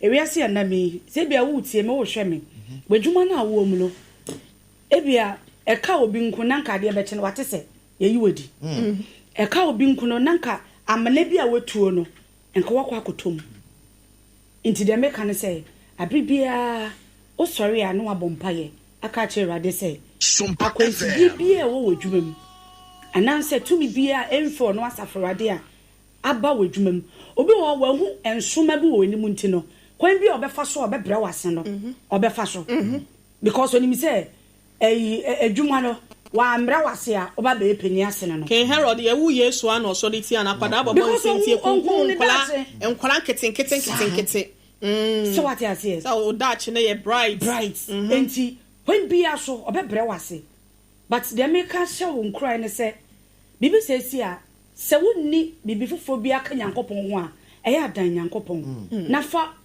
ubi bia fa hye nsa esanso wono ene wo ka ebem o hyanso a igina me de me wogide bi se nyame na tumi bibia eya a obeto obi se me de gidi akwa akohye we mo dabi na kwa ne bo nyame ne bo enti bibie ni wa Nyankopon se ubusa na onfa mawo se wodi akoma pa na ebusa no ho ade a obeya mawo enti yetiefo evuto kakre ebia na wunye adwuma wa wo ye wadwuma but wa wo adwuma na wa bie na wo ye no kra no obi pegu no obi edi nuro enenam o so nenim a opeso ogu no ebia nso a wo ye obi adwuma mo mpa bo munya din na bibi wo wiase apam de metimi aka no yes anke da kra anka ye ntopu bibi ni wiase anke da ye ntopu bibi wo wiase na ne nyina echi no wo aduro gi a Jinyame wona ye duru nyina Nyankopon nokre ono a wono so na duru na spy na duru ntro duru nyina we aspiring eno wonyi bibi mfiri wo se eduro na mede ama ono eye yi a bedamase ananse enase de de bana de bia anafa bibi feska fa aponche na bibi bia nya ne fe yes onpa obi bia de nya no se wakoma mbeye fita na wagi na di se oni Nyankopon ne bo ba wiase wonderful eni enhira no wona wakoma mutie amen wo mo ne behu Nyankopon enti nanka etiefo o mo de scan kakra egu achiri no mo de ba ti e je collection na ye beje pa se ene ohene ne krada enti nanka o mo sene asa mo preach kakra nti nka monye collection ne kakra na eno no beba we nipa yo mo send me me nipa me ensa na ye send me mumu e ban so aya na mu odu nti wakase ma opaka se ade no mu odu a na edu pa nti odo ho bodondo aya na dondo sa nti anopai bra mea metimu na me chinchin ne funu made amamu no enya ba ya no ma report so aba aha na fe ya denya me ase e wo se ni panedimu na anopai nsama etwaguo e wo website ahodo enkansuo ya Sompa na be ma amanfo atie no ene ye usode ma me chase mfi usode fe menko oba paso na fe ye mfankrata na ma she kokko MPP fo nso so ani able e da kokko okay I am telling you chama won to me And I chairman. Yeah. Ashanti Regional MPP chairman. And Tribo Siako. If you say Ashanti Regional Governor. Governor. Hey, one of their trendy chair will be when him said Galam say Yadia, my penny John Dramani Mahama, some say Jata. Yeah. What's it that almost so press with dear? What by your Gonja Nidisha Kronqua say? Well, didn't see a cantama we are born in am so. And found one of the assassin by Yablu Wako to do what I will be. What best share fear 9 pen or what Babu Memono. It's some Mamlanos amendments and I said review be a memudia. By 4 years, I was walk Quajina Home. Want me made him penny beam. Now, so yes, say, second to a kita one would me done and a bear see the mount. 80 the any pebinya fear what shed the year no. Ya anya ye the can take on suono. Our galam said, no, no, what in fear 9.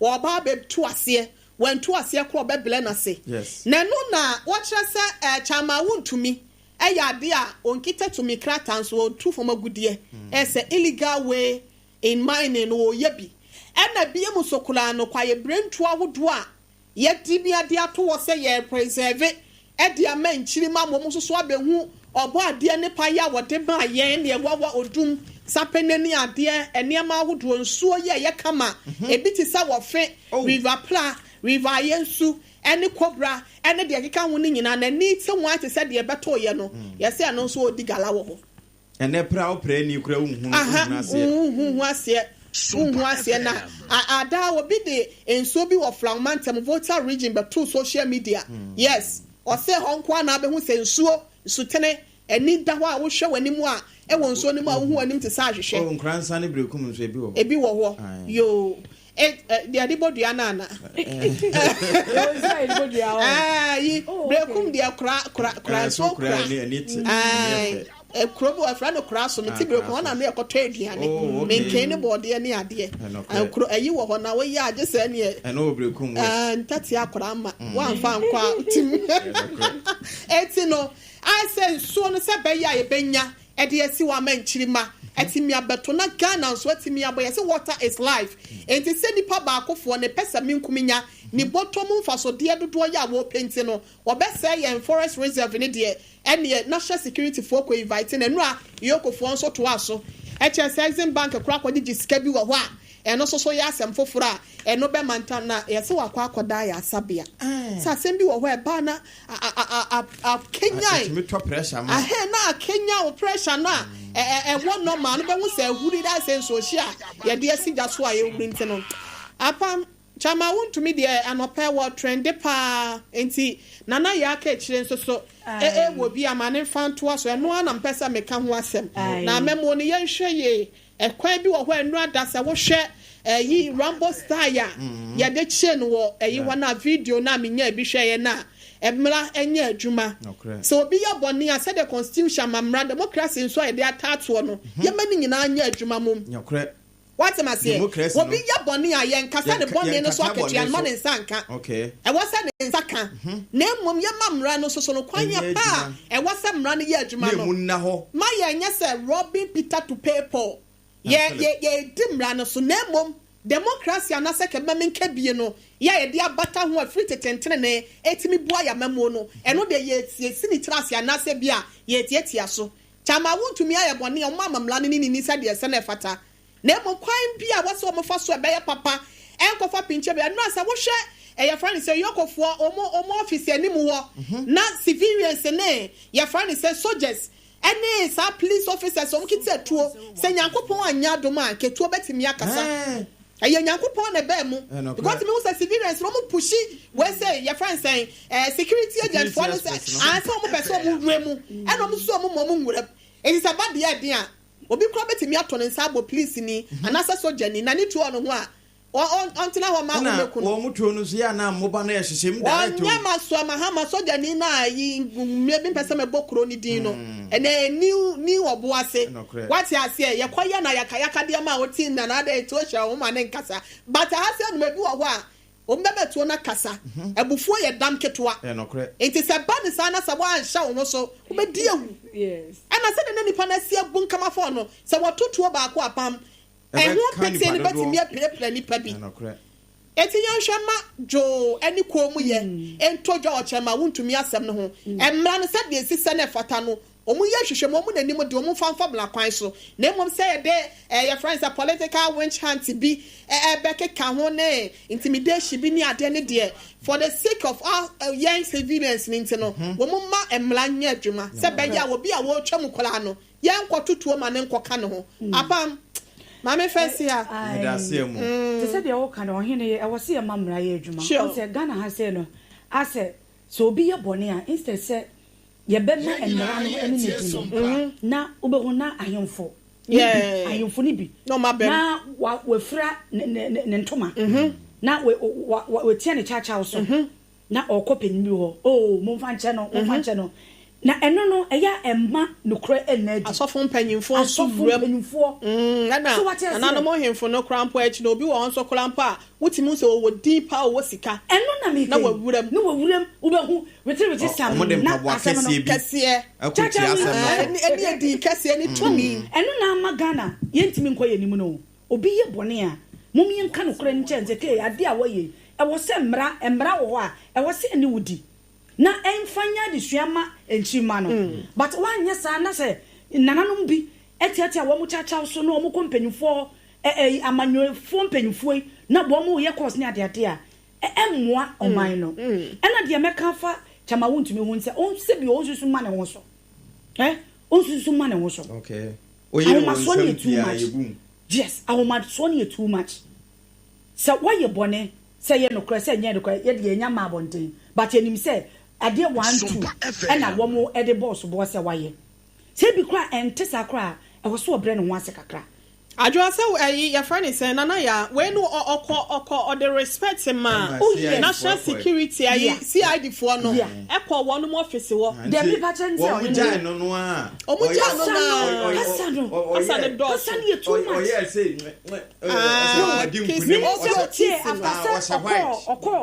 CID office one more or granting interview be say ebia mutie ya kasa na too much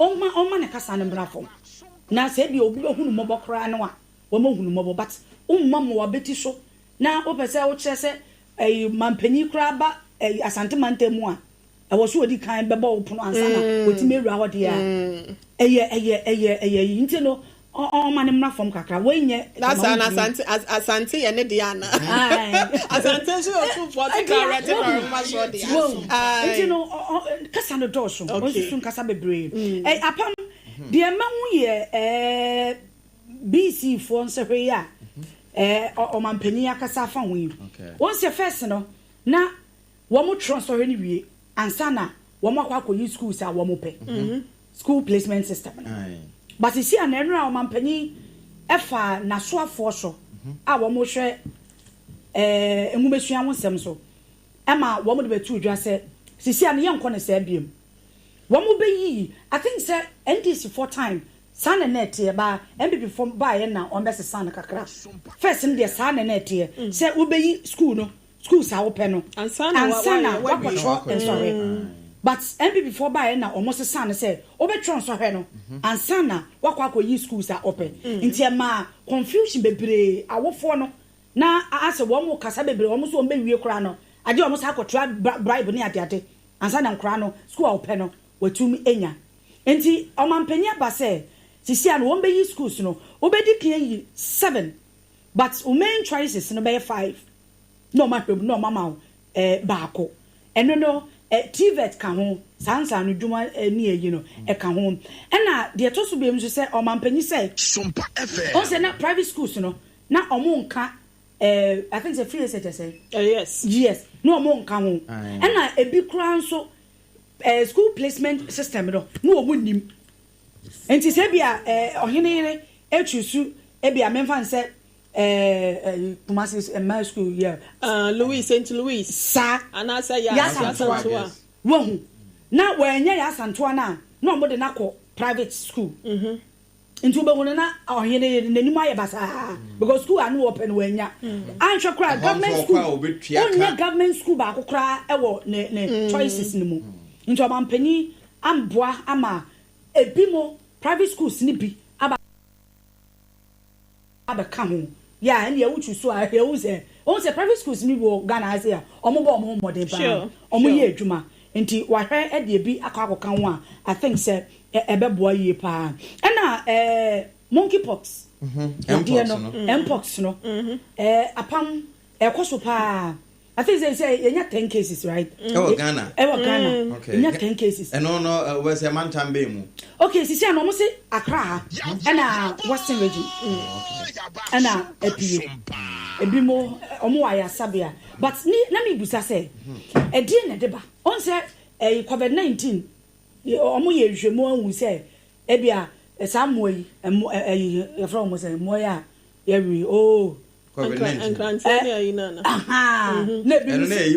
Ebola no mo se eno ene deba nti yesusu nwe enwem nam ne adade a but on say monkeypox no ye nhyade hu say ebi aboa we ne deba anan say ukoyesi ye ene deba but on say yes on say esan ade timi deba I say monkey ade yes I say covid esan enti si omo se ye nsan ko ye dada no mu bio nose mask no okay na ye mbo ye ho ban se obi mfifie ti nipa no na se bia wo obi na wo koso ni na se oben no a ana wo nkoka no a wo betimi anya mpox ni bi sure me ba chwa tia enti ehun pa ohun ase ya hyede yiye ni se ya de na nyehu ehun pa wo hwe pictures ni videos a eko the krata ben mu no oh ewom de but ase trending stories no and I me bobo so ne ade wow enti mo maye ho ban emfri mpox mo na eto a na obehu say yes ya de na ehun yi pa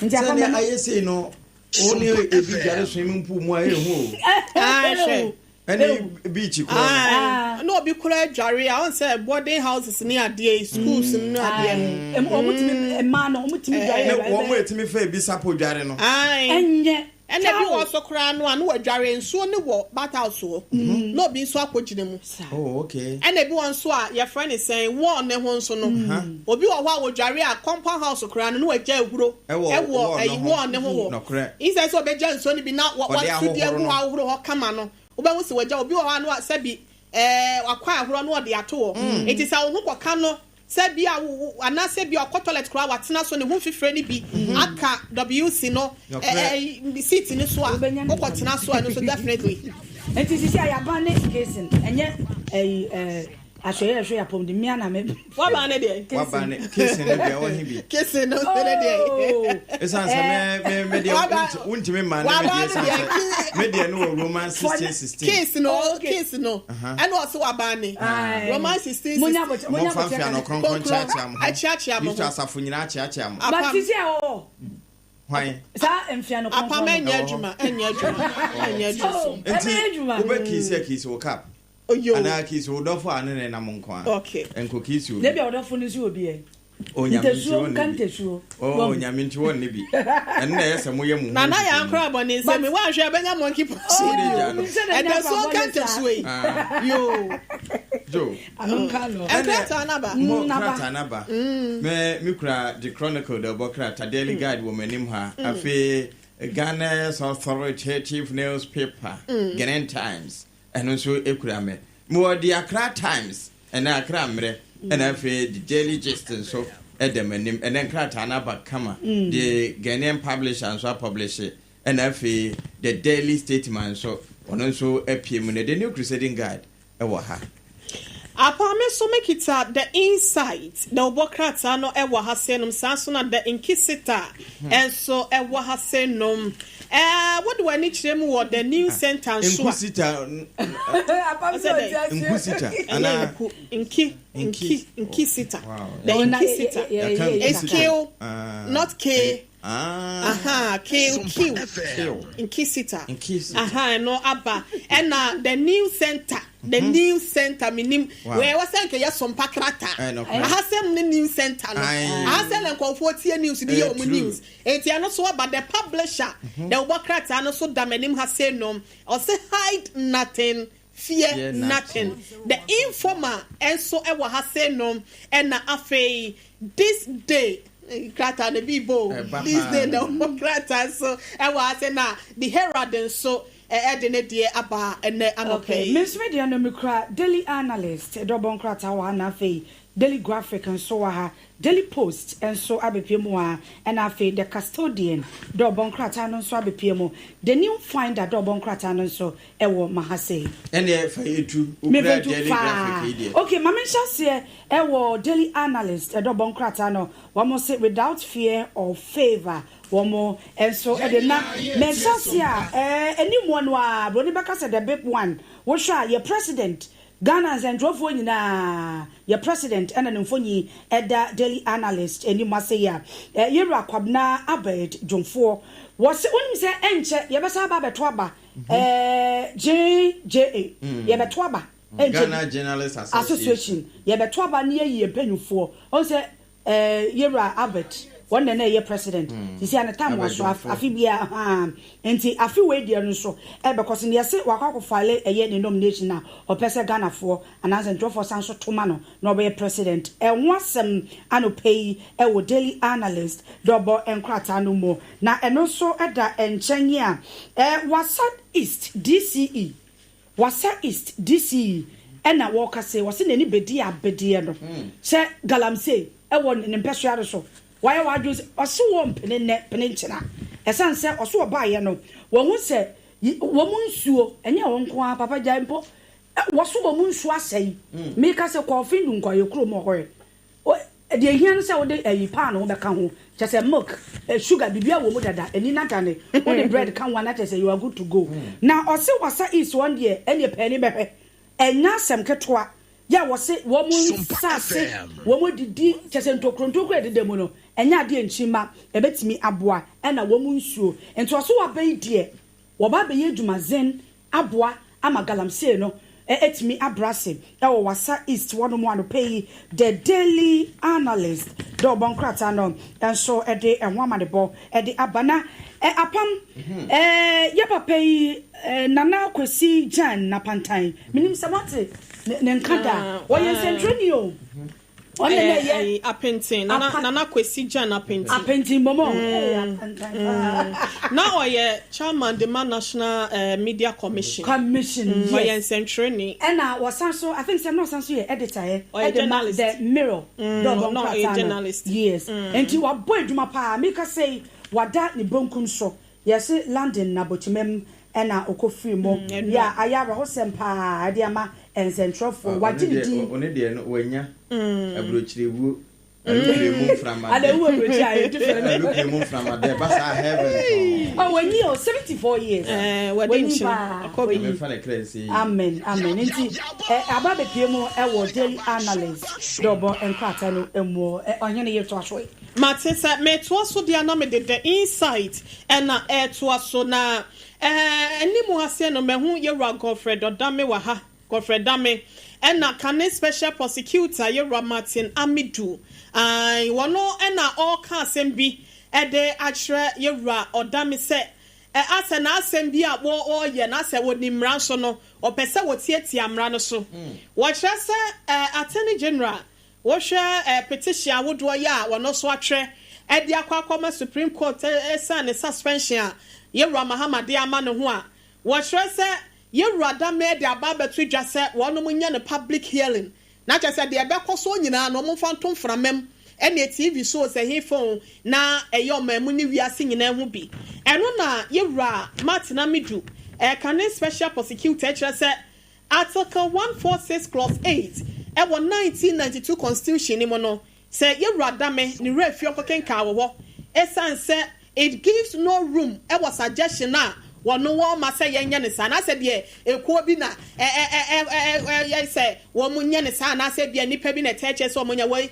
enya ade a wono mu ye ne sa emra kwan so no enye sa na tienti no sa krata yi e de aba ne krata fa ye to so miensa page 3 ho no wo kwa ho a wo be hu na apam shai osudoku new ewon kran ha ya newly nominated and now approved district chief executive.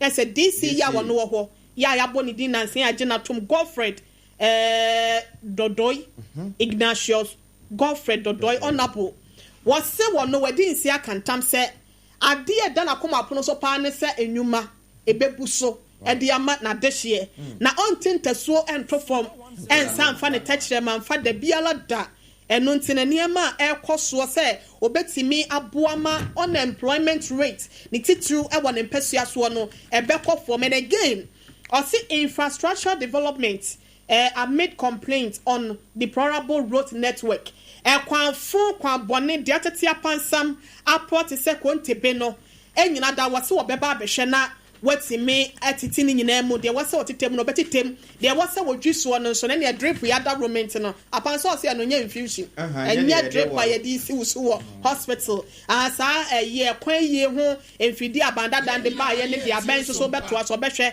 na watimi de aboa makwan so ho nsam no akoya ma twentwe ho nsam so adi mu de ama na dehye no so wo krata ye emu na eno echi no Apa beto just say small scale miners no.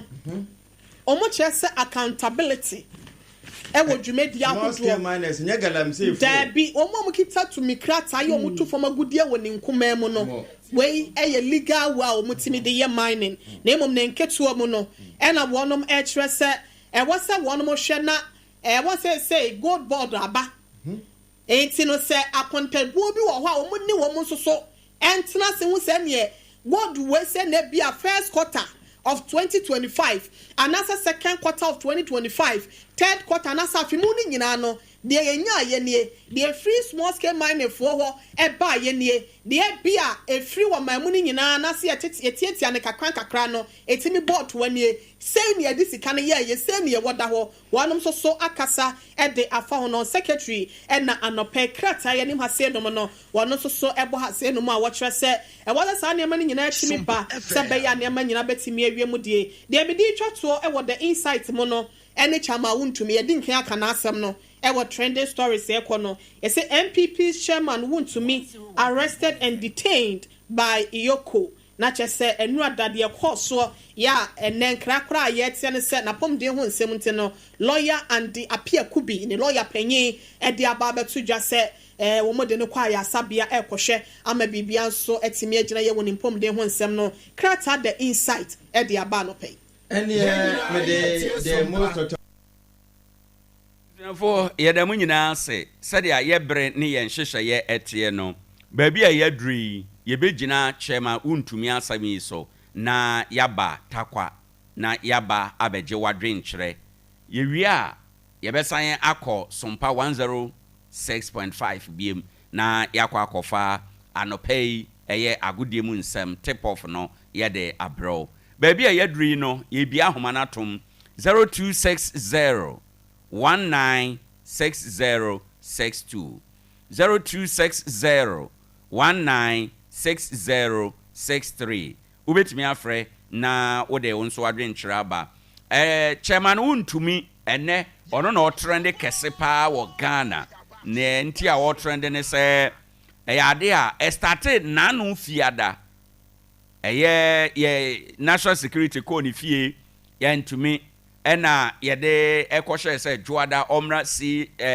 CID headquarters okoye ye ka chen se enura bana onsaimra enura bana so okoye oni CID for wie ya opie akora ena yoko for enso ekotware no ekokokyere no na enura de ye pinso yoko for aboboa no ani PP for bo chenku ewo ho edom ede nsem no bebre yebepene yempene say chema Wontumi still odaso wo yoko for nsem na ne ayete ne se ade a ne hododo no nti no yade no kɔ ayaresabia ba ne nyina no ade a yoko for nsem na sesie ya ye ka sei odaso ewo ne asie eno no afi nye no nko anti get to toko no nsem no so trende ewo ha anopa minim o area so a wote ene nsem a trende ewo Ghana nyina de we na apesa wo kan bie de we na kan wakoma de we na apesa wo kyere wadwen de we na wo pese wo twem panimfo ene nipa dodo nyina adwen adigina so number ne ye 0260 196062 0260 196063 emu bia no ya bie ahoma no atom ubetime afre ede wadwen kyere aba ɛwɔ ha ɛnom ama bibia atume akɔ enkan ɛwɔ nora chema untume chia wɔche no ɛne ensɛm no sɛde esikoye yɛmfa ofania odikan. Good morning. Good morning. Eba ko odini bia okasafi. Your friend Eric. Meda se bebre. Mayente wo anopei. Yes, sir. I'm saying we pa unya tuya. Mama tuya ni NDD things ha. Okay. Maybe two need to do timwa e bi nema bebre neba me di chama wutu. Okotina ni TV station. E go. E boss abranu ma no neti wa hu se wajojo. Wajojo sa na ya fete. Unya tuya na wa go hu kakra. Right. Nya do na no ka. Okay. Yeda ase bebre no so de ade bae. Good morning. Hello, good morning. Sorry. Good morning. Hello, good morning. Okay. 0260196062. 0260196063. Na wabo rem. Good morning. Hello, good morning.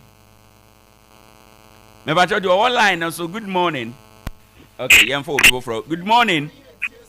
Hello, good morning. Would you baby okasafi? Because the man kasafi I. Me say my intio anopei. Ya ma won't me. Onye tumi no. Na se tumi na fi wana sanda wa agugwa MPP ndi se fo no. Adna wo ye no onka hu na. Ndi si yan kwata na obete go na fadaba. Nti so we back na chama wuntumi okay you good you are the meeting on into 2 minutes and we na tumi da ma oil umule oil dan a ndi si oboko mo bi so aba nti so bi so ba on ya da ma na it da met no my man so you right that's it yen so da ase bebre 0260196062 0260196063 o frena wa baso aba be kire wadwe. Good morning. Yeah, good morning. Hello, good morning. Yeah, good morning. Good morning. Udin ni baby okasafi. Okay, my intio anopei. Me for Konyasna, me chair better open or no member, definitely the area, who's a wife for secretary for the concern, and the chair of the make our friend. Now, we fair no so for Casafi Tapa, now obligation and just. So, this case of Casafi Tapa, that is Tapa Town. And that don't took so Casafi Tapa. And the party, and then don't be say. So, Casafi Tapa, that's a council, Banchi, and Asa. So, in Brazil, Casafi Tapa, that is Tapa Town, and the repeat. Okay. Right. Yeah, that's me. Good morning. Hello. Hello, good morning. Yeah, I'm with you. Udin ni baby okasafi. Nyame adom ye ho ye my ntio anopei. All right. Good morning. Good morning, Nana Poma. Nyame adom Udin ni baby okasafi. Una bema ke prophecy. Kasafi tapa. Yeah, that's my ntio. Dana mi de futu kakare na pesa mi de ma o ma pin. Okay. Ya sende imodi omundinko na kakra na akano. Ya block. Right. Chema untu de ejuma o ye nyo no na first time obeye ejuma no. Ndite chema untu mi asere bibia. Akana akechi na bi mu stand on prosi anu ema ne mekania ya stand on na gada. Because the people tell you maybe young family to people be that day. It give me time impossible that you are not saying you need right. Yes. Because you are paying what the kind of pastor which are 4 years, I can't 4 years I would into me focus now if I say I go part of 24 hours economy now but will be a big I don't know what you no prosi omo baba say assassinate that is their focus on what is that na enlato ujoju de wenu me sorry e bi yemi tin se no e ta ko say e mo to de ma no be say we would do person say e ti ma da ni and e ti ma da man pe ni o ko ko che no No, I'm why? Yeah, that's it. My info before for Anope. Good morning. Hello, good morning. Hello, good morning. Udini baby Okasafi. Bacho, Majesho King Kakam Pasafi Papa. Meda se my inti Anope. I'm afraid I'm in with you. But not to trust Binia Penny. Saban somewhere paper review now. No one 80. We are looking at Bana. We are Mr. Some part of my mobile most some part of their name. The American tech and say yes. And say Anna, we're a journalist. So, but when you really park and because all customer boy, the week at which a contact mining at science Asia. It is a put say, a man across a bra, they use the money. None the Ugan. One, I in failure. Also, I am bound here now, Moko, Nabako to Kakoya, Canadian go to the agree. When you come here now, don't have bien Bombraso. If Excellency President John Dramani Mahmoud Bombraso, dear Yadram, Rana woman, Yetanyaduma, the bus said, Dua, no Pachaka say which are hunting. You don't have any rich hunting. Man, put the better gun in your no man says, who Tosika and Paul Selfish, or Pasasaki, a crab now, you will be born and then you on and son of dear Lumen in your kidney. Into the papa, I want to be there. I want to abandoning the Sagana Sika could be no one young Kamaye. The Siamanoka say electricity number issue. But their name yet check containers up by say from there like no what we would go to. Now we are say about the son. About the Abasa, I papa.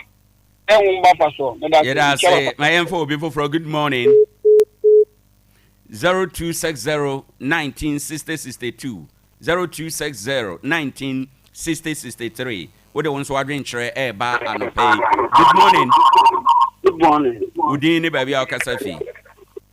From Kiki. That's my inti free aboso and pay. No, Kakram is not I Ida Chamawun to Nassam. Oh, Ghana. You can't blame you. Now, you can blame Ochi Binum. On Tibino. And now I'm a better pay. I had to mount to me. Naba also. Oh, no, or one. That's here now, then. A few now. Christian in Mimi Boko. Oh, so the idea Jumatana. We are in this new. We are empty new. We are new. And they're not to watch you. Into Unambotre. Na one from TV say no kwese onye hia itefu mutme jano da we say opposite na omu jano na sibia na so waya yen say e bia about no so good night intimida intimidate say kaka msmaje nchimache yeah da say ne won so adwen kira wo de ba ye o kan ho bi e na o man no etu mpon. Good morning. Good morning. Good evening baby Okasafi. I will never make Jack tell any. Medas opening my inti one pay. I'm ready. I'm sure Abaguma. Amen. Now, I'm sure me could do for me, dinner for me, see you not paying a case. If someone's a gun, I just hear now. What's your name? Not Abia, young Fiakan Kakan. You must be a first not you. But I'm not Yabin was a dinner the Olico. Right. Yamino cut over Odeka, the mountain or Sagan say, or sense I see about your quarter propos. Japa or Dunka. Would you a pomo in your bush? A fear pa, the minister of the chemical one. One more, Kemaun to Minama and Jumo, or Yaba Yajumanama and Juma. It's okay, you go to new station bar on your Biabia. This will be all said before you go. No, let's say, or Casa, let's take a Casa part, the second video and go no. And I'll be chilling to Mazana and Grandpa President. You know, Jamaican fee in some of my cat Gunana moving, need no Kuno, or no, yes, I'm no one you know. And my making a Disney. No more to the channel that. Why are they? Yeah, after Madame, I put your mamma. Say, by 24-hour economy, nothing to do with money. If I'm not going to talk, this BCM. ono mgu fisi yo nkwamfo ma 700 yentu wanti di papa mobia also be demonstration damna ma wenya le kodo uhwere umu man no na obi o inda dwuma na ko tag no o tag chaba untimi na gem se no aba ase anan ona se ni press ya biwo we joma ukogu na dwuma no na gem se mo agya ya anan masa egme de show mo se takwa bola no amni ni pei MP wa MC wa bola no le me takwa wi ko akwa kwere bola guo obakwem ko edu kwere nyama bebre nkwara akwanya say opening yen kan jabi na yen fo obi foforo nso ena no pay. Good morning. Hello, good morning. Yeah, udini baby akasafi. Okay. Yeah, that's it. About I get that but to be issue you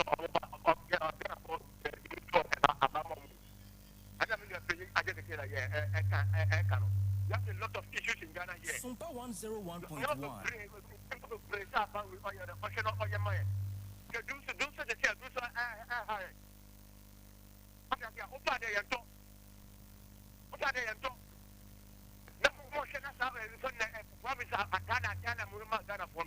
Okay.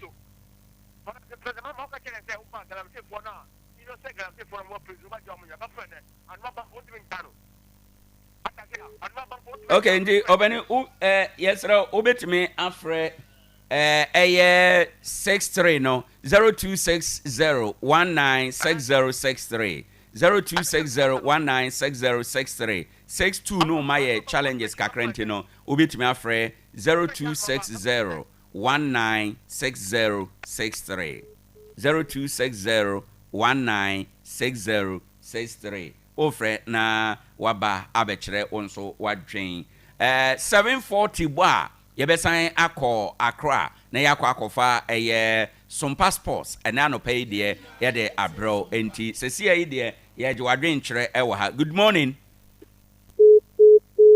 Sorry wantimi anyina ubetimi afre na waba so chairman wuntumi ena enra yoko akire no na ye kire no ani PP for kobo chemku yakobo dompem ewo ho yepese ye di mu nkomo ye je wadwen kire efese ne Ghana ha anope eno ne asemba ako a trend pa ewo ha enom MPP for na adwene ye omo se aban ye ote akonwa so yihunahuna wo mo nkrofo aban no nso adwen mu no eye emra ne nhyehyeye na ye de ye adwuma enti no emra ma ho ekwan se so obi atia oman no a ye frɛ no na ye bisam na ono nso eyi na no enti se ye frɛ obi na ye bisa na nipa no ye beka se onye bone se ana enyamfom so se ye be frɛ obi ni nyina no obia wo na dwenkyerɛ a o kyerɛ ma yentie wo nso adwenkyerɛ na no pay ansa na yakofa sports no 0260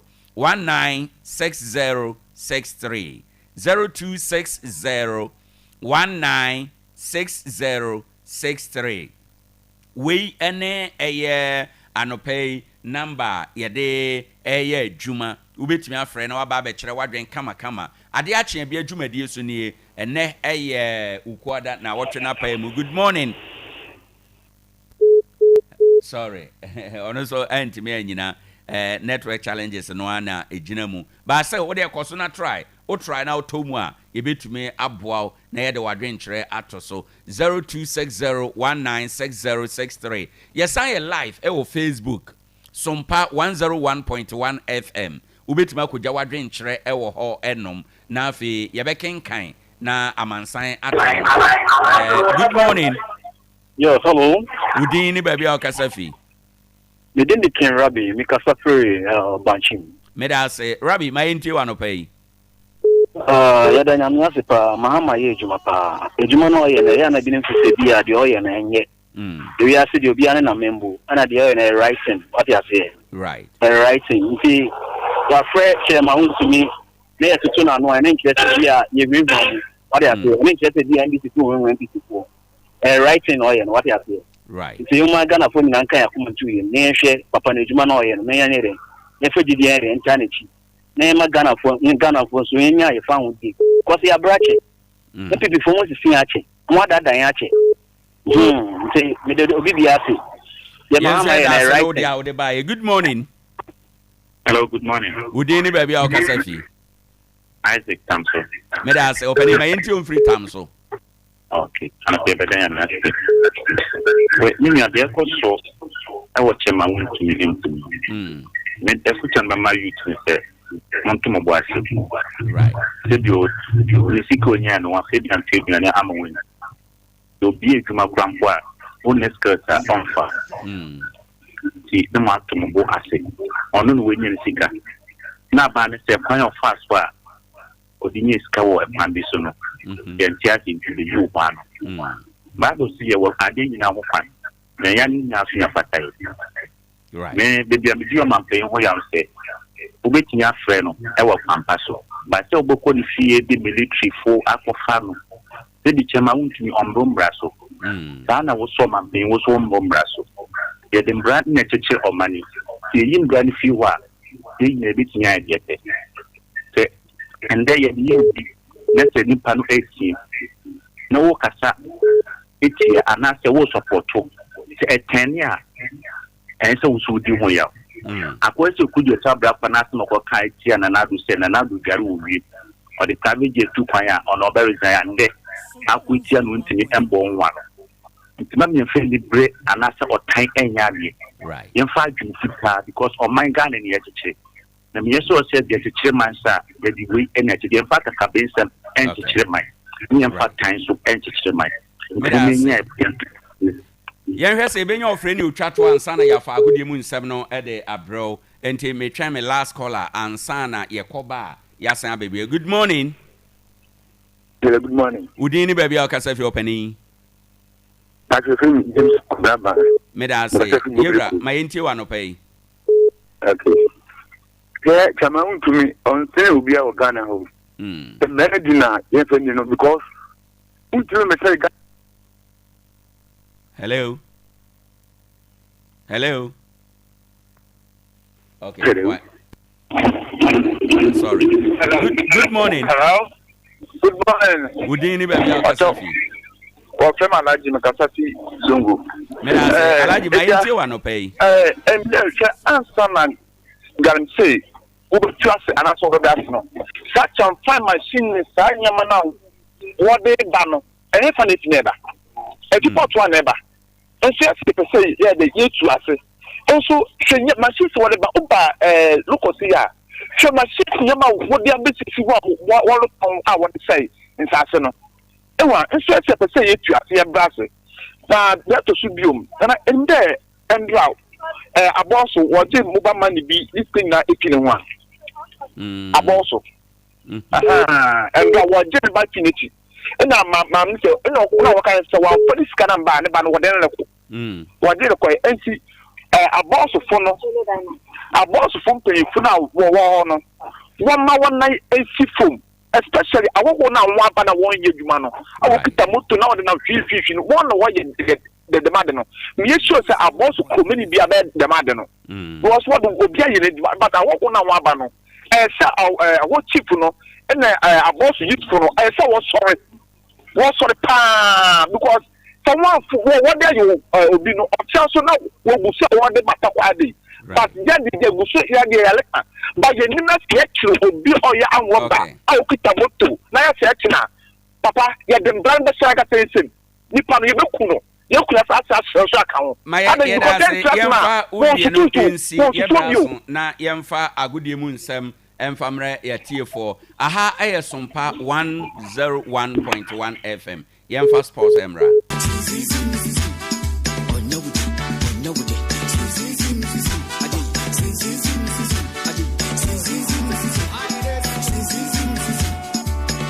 since the days of Baba Yara we've been there Ghana Premier League is back again since the days of Shamokwe we've been there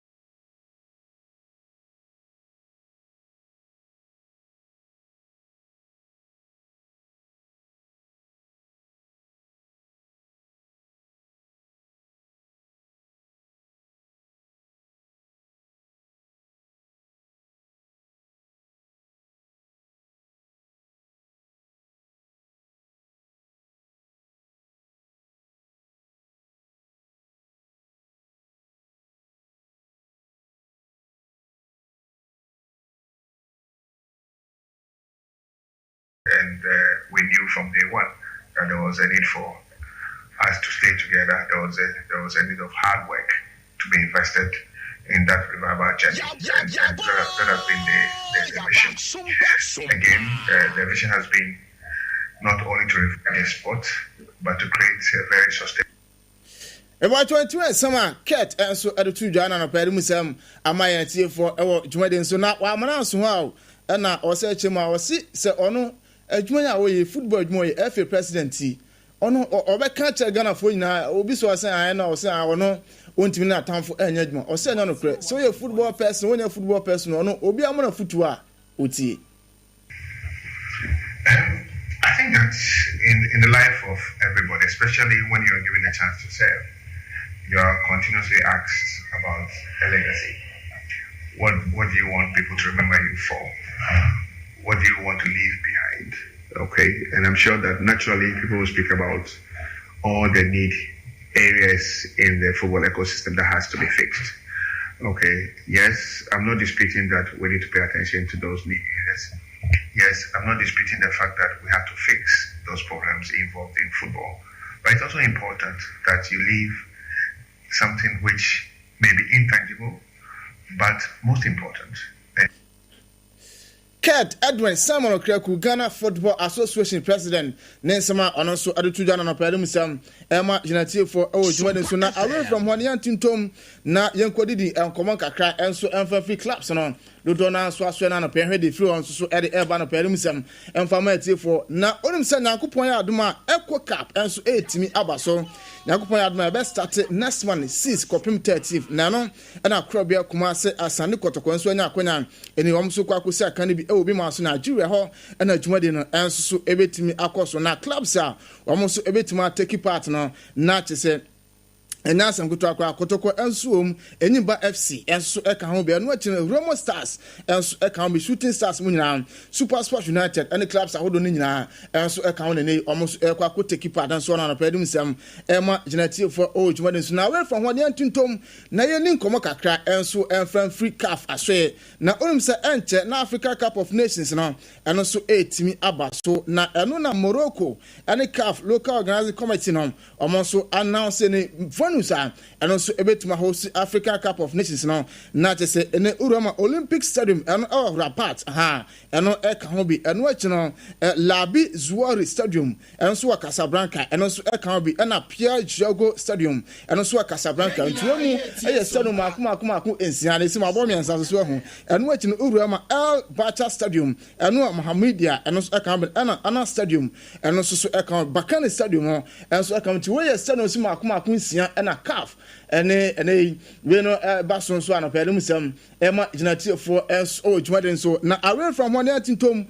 Na yendi din komaka ha yendo mo wura France akwasedu ono so na so esi what my team friends say bibiani go stars na ono say Sunday ono kotokobo en nsem bebrebe na efrumba na eno na tete say before say game no be baso no na bibiani supporters na say omo mpre ema ye ntwa live and as a game no TV so na eno na ewu so wura France akwase say sansem na tete no na eno kure eno so eno kure na before the game no na supporters no e ba no no one crofo e ba no be protest say game no omo mpre Emma Emma TV. You just know reference I could say and sorry to me personally, right? Okay, some people were trying to protest against the GFA for filming the game. Listen, the argument is that the game has been on top consistently. All against, you know, call it say game, you know, you tell TV, you know, there's no TV. Particularly, Go Stars against Kotoko Babayara, it was not shown. Go Stars, they call a BCFC, they say a live coverage, GFA publicity, they are calling not shown. Namabuana. Go Stars against, I think about 2 years ago, your publicity say you show, you know, no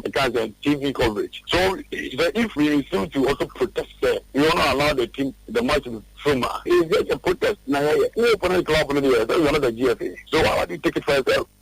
And to where some of our friends are considered CEO, Edma Bibiani Go Stars, and so Adutuja, and away from Wayan Tintom, name coding and Komaka, and so Division 1 League, no Umsan Akupoya Aduma, not to say a China, and as a Friday, Mumsana Wednesday to Friday.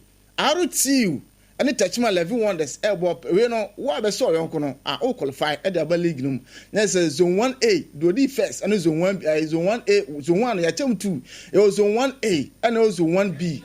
enti baako di first A and baako nso di first B eno RTU and Techima level 1 this nyame admo Friday ena eba so na head of game na two teams ni nyina am coach so bia enso edi enkomo na coach friend say Ayaba David Ayaba enso head coach edema team first Techima level 1 this one so on ni team no omobo te se basa enti no so RTU ye hwan o nyame admo afiada ona do ka che RTU na say Techima level 1 the supporters say omumra na kia ne ke omode RTU atiko ebeka for Accra Sports Stadium. By first half, it should declare that Wonders are qualified. And that's what we're telling our fans and everyone, including RTU, that yes, as a big team, just came from Premier, but we know that everyone who understands football knows that Wonders will win the game in the first 45 minutes. And that's what we're preparing for. Down deal for Wonders. That's what we're preparing. Exactly. Our fans know that, and they believe, and they know that whatever we're telling, because in our games, we win our games in the first half. If we watch our games in the first half, we always stand. And I don't know how RTU can stop them from winning the game in the first half. If you have some attack, is it Wisdom or is it Babalamu or who?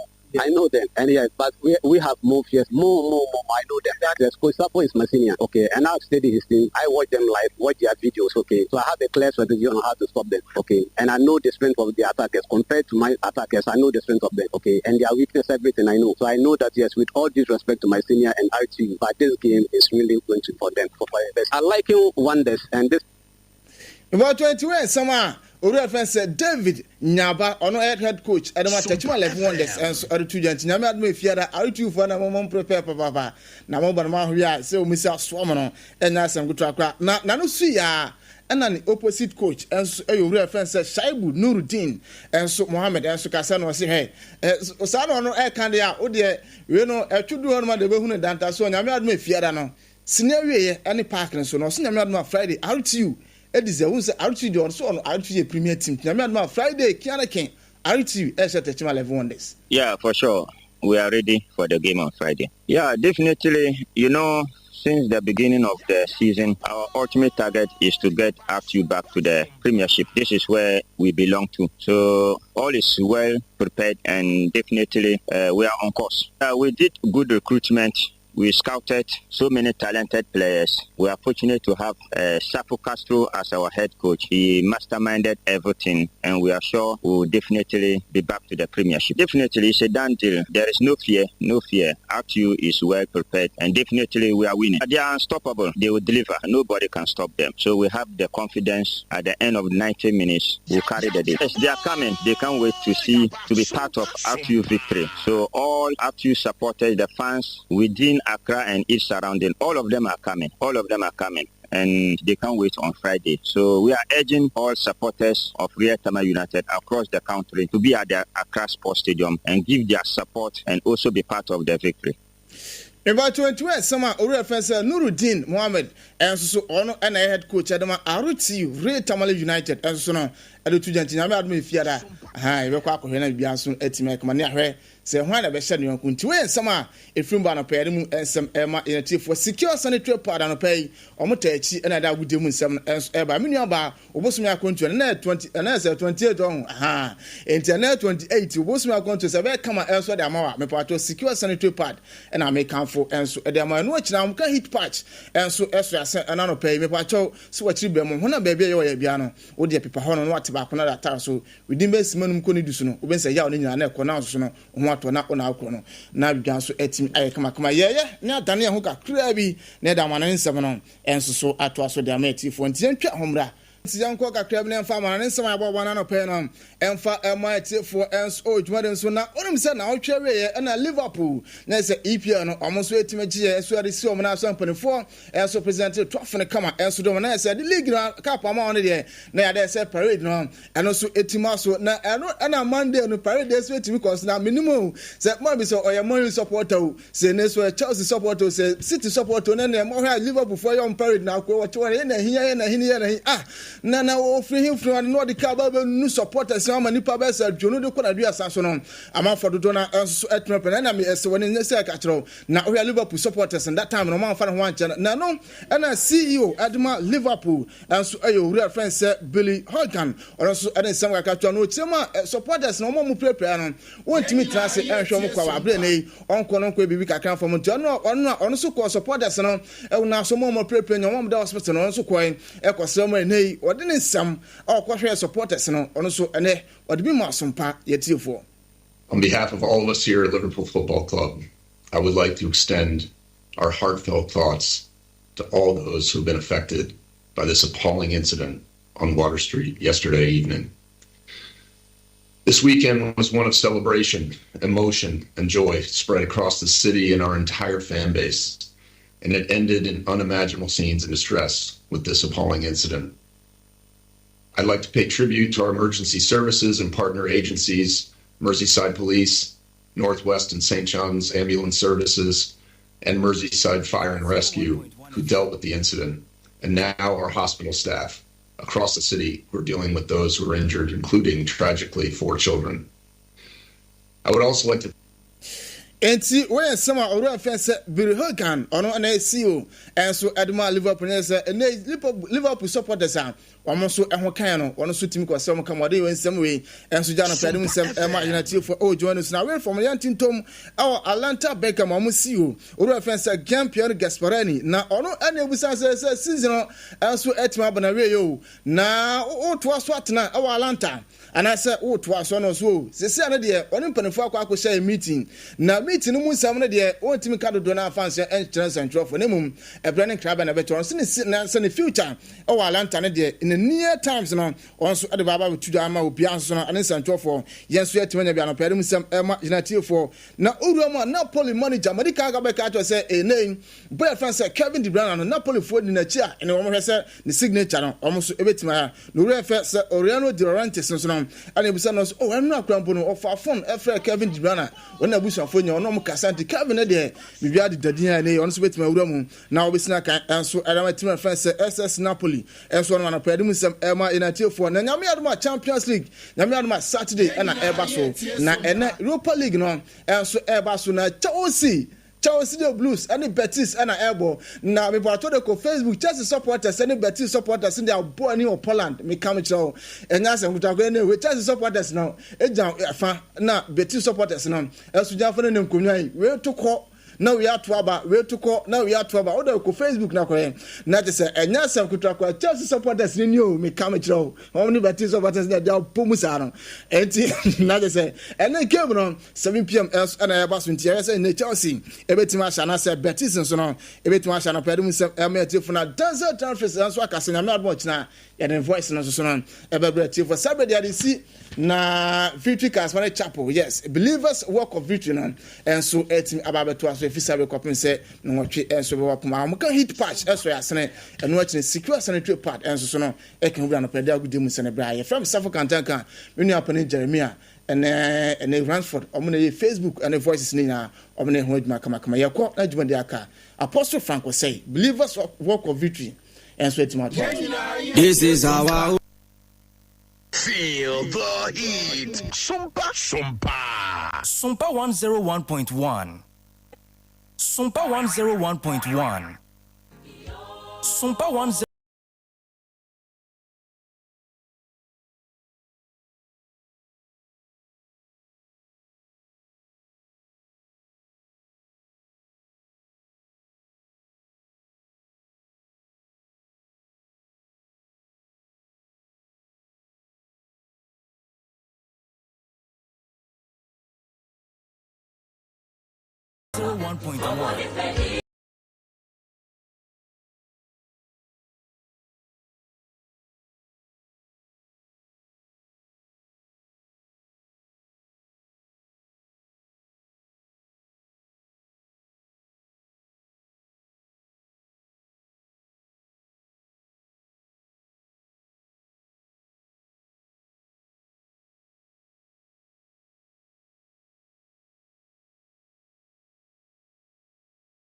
Na se yesam obi bia akwa ababiem yebeda eye safo kantankan asepi se anope ode eye tip off ana se some passports no ode ebre yen na ebra so se yede assetes dwumadie no etwa wo so ansana brief ansana anope yene yeradiaka ya o National Commission for Civic Education yane no atena se na yedi nkomo videos bebree na circulate social media ne mainstream media no yewura chairman untumi chia ye no enora no ehon videos na circulate ntino yedi nkomoyi no yade a ye ken ebeboa de bi atoso ama yahwe na sansam esi nora no na mepesa ye kire adwen kakra ewo ho enti assetes dwumadie so no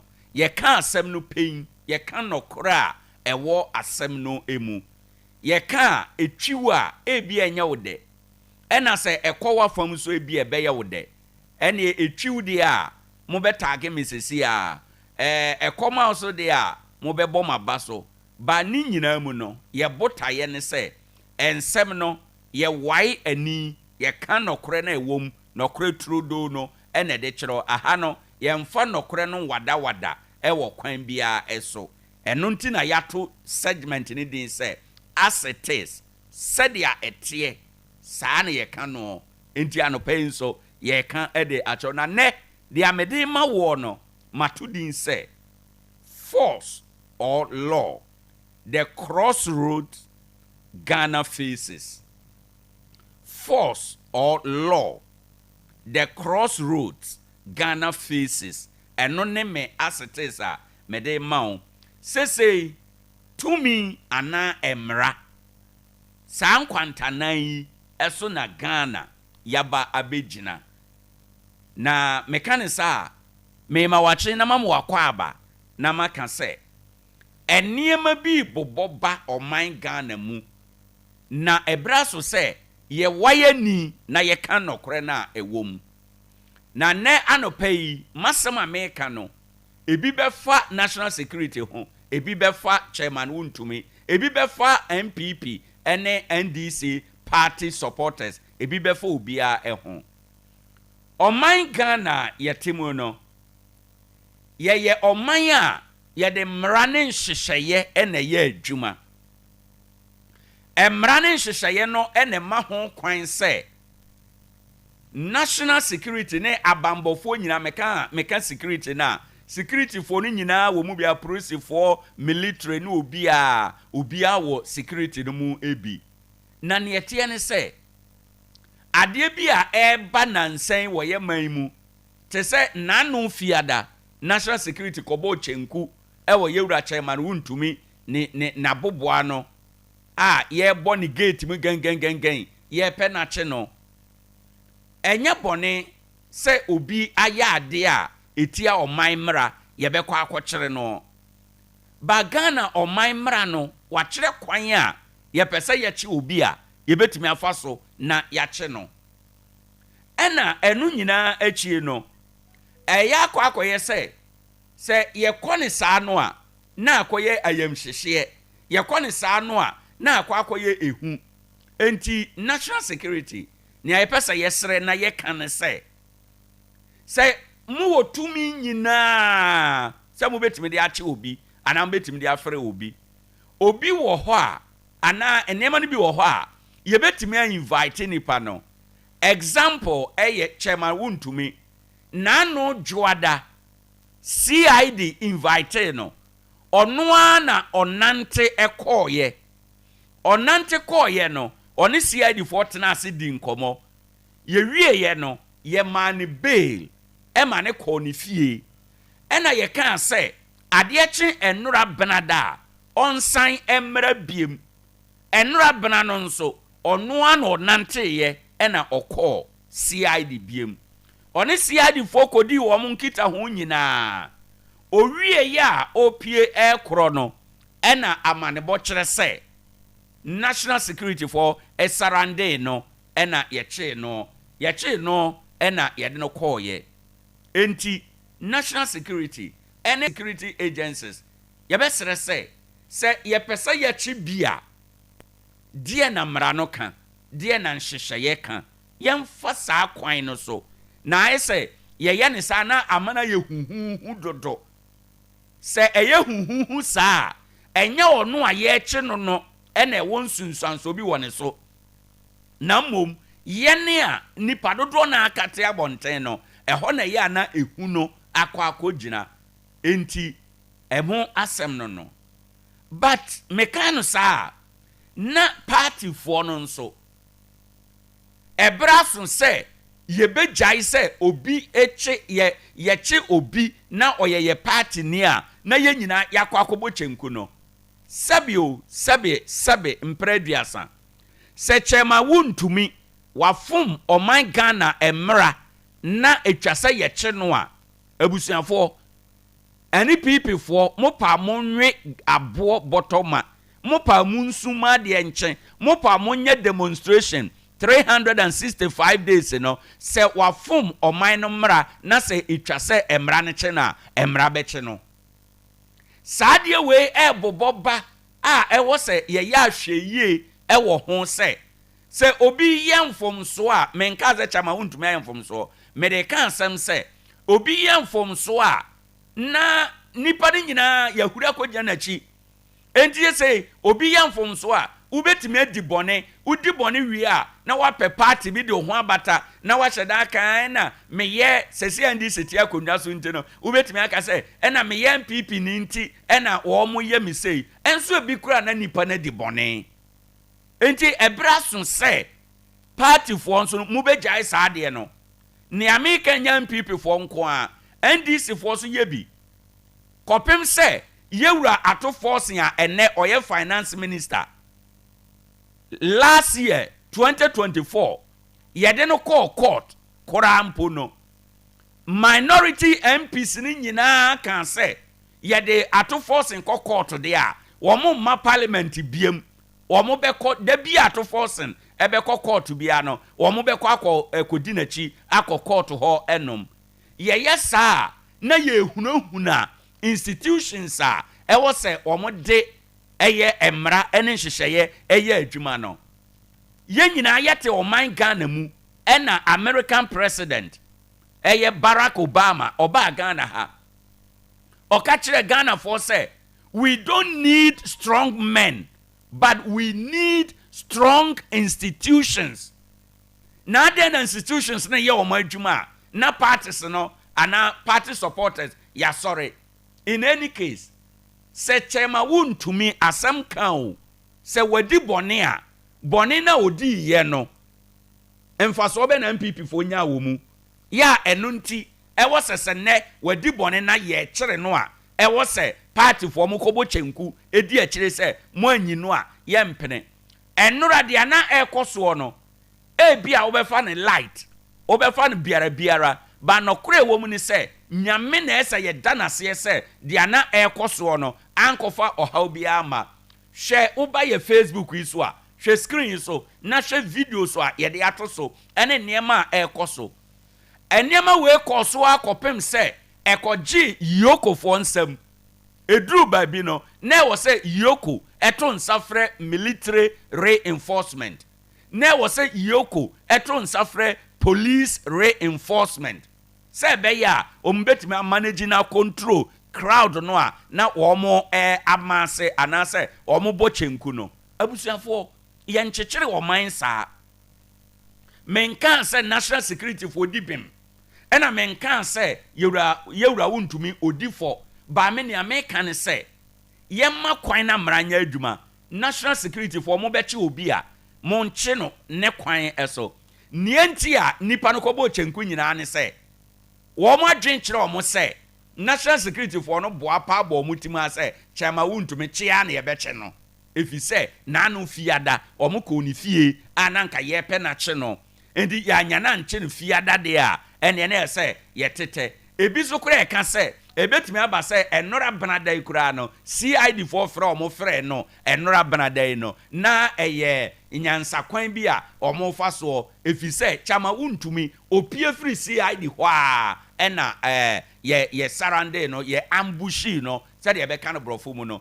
ɛna ye de ɛkyere no ɛde ne si national security kwan sɛ so opese o che obi a even ye place phone call keke phone call kura no ebetimi ama nipa na yache no efi se ubetimi a place call say hello chema wuntumi nie yes mekasa free national security mekasa free yoko mekasa free CID ochena anada sei bere sei ye behiawo wama ena na afei ye ka se bia waya so brache enti ahade ye de mra euro patapa pieto a na ntiase ewom enura ni pe ko ho ekobo chenku ye ka betimatwi afaso nipa bone ni bi betin de ho afram akotutuo akotwe sekan akoye bibi enkwa anakra ba konkora no se etochema ha adwene enti ye besere se ye ko yanimu yi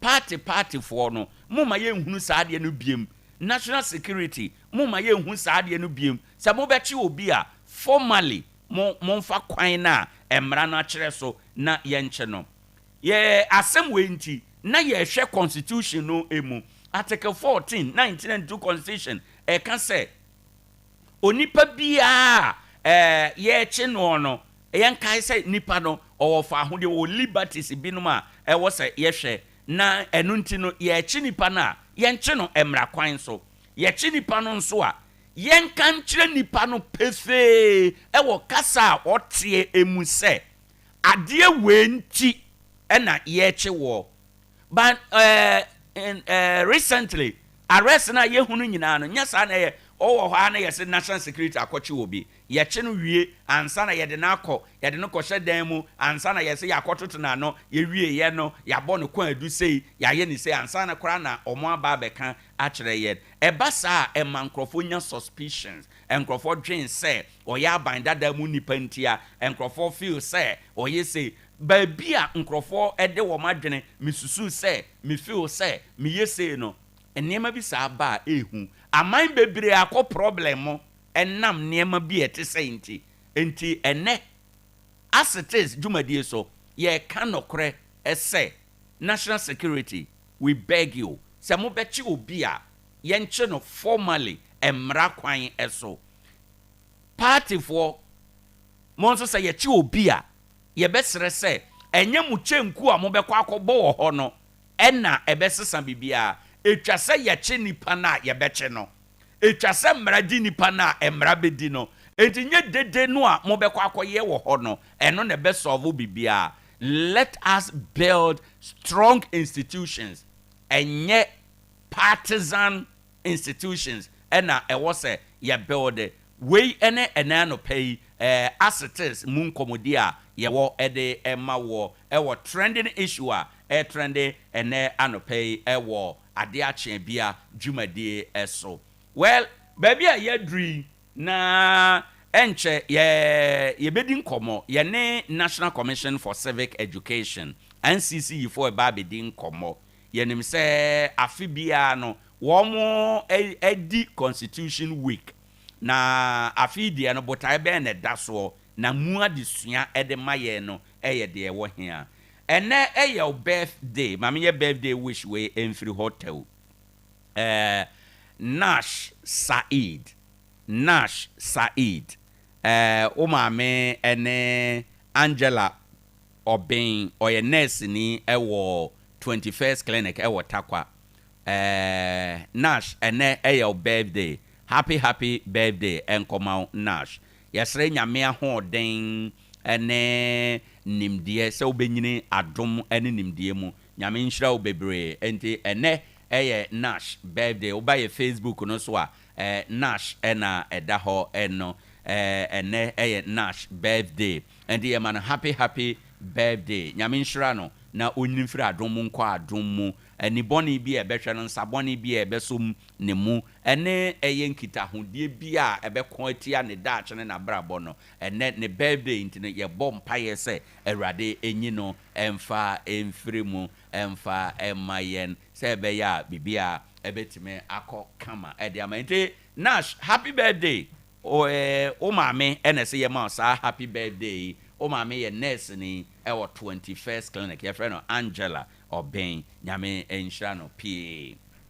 Well maka no awie no ebre aso se yedi enkomo na unim se anopa bia yetena ase ewo afidie so yedwen oman Ghana ho yedi oman Ghana ho enkomo na enkomo a yedie no ye botae nyina ne se oman Ghana ebekọ nanim Yabotae ne sɛ ɔman Ghana betu mpɔn. Yabotae ne sɛ takwa man betu mpɔn, wasaman betu mpɔn, atɔyɛ mantam betu mpɔn.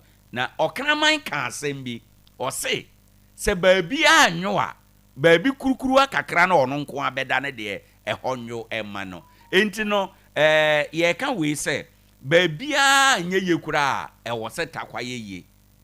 Nti obi aso ye ne kuro mu de a obohu sɛ na ɔman no yetu mpɔn na yɛkɔ yɛnim. Maka ne saa awie no anɔpɛ yɛwura Peter Diaka watena ase ɛwɔ ye fie ha ɛnom. Yɛne no ba bedi nkɔmɔ. Ɔno ɛna ɔba takwa nso ayemu ha. Ɔyɛ pani a ɔhwɛ NCC aban adwuma NCC no ɔhwɛ so ɛwɔ yɛntɛmu ha. Yɛne no bedi nkɔmɔ kakra. Ɔpani anɔpɛ yɛbɛma wakye na yama akwaba. Ya obenia. Na wadaroma pomu te sɛn. Ya me adom. Yɛda nyame ase. Na o se. Adom ne ahwe ye nti ye ho ye pa. Ye ha ye kama ye da ase. Ye adwuma mpanimfo nsa no adwuma no. Right. The next time I'll be back, obesen aba ha bio no na ha asesan kra. A change said ye wo hunu no nei. Okay. That's fine. Me ba no office te say. Oh, ya me adom. Okay. Okay. Yo. Ye da se bebre. Mr. Diaka, ye ni komo ye nim se afi bia no. NCC for mu declare na wotwe ebi wo afi no mu a mo frɛ ne say Constitution Day. Constitution Week.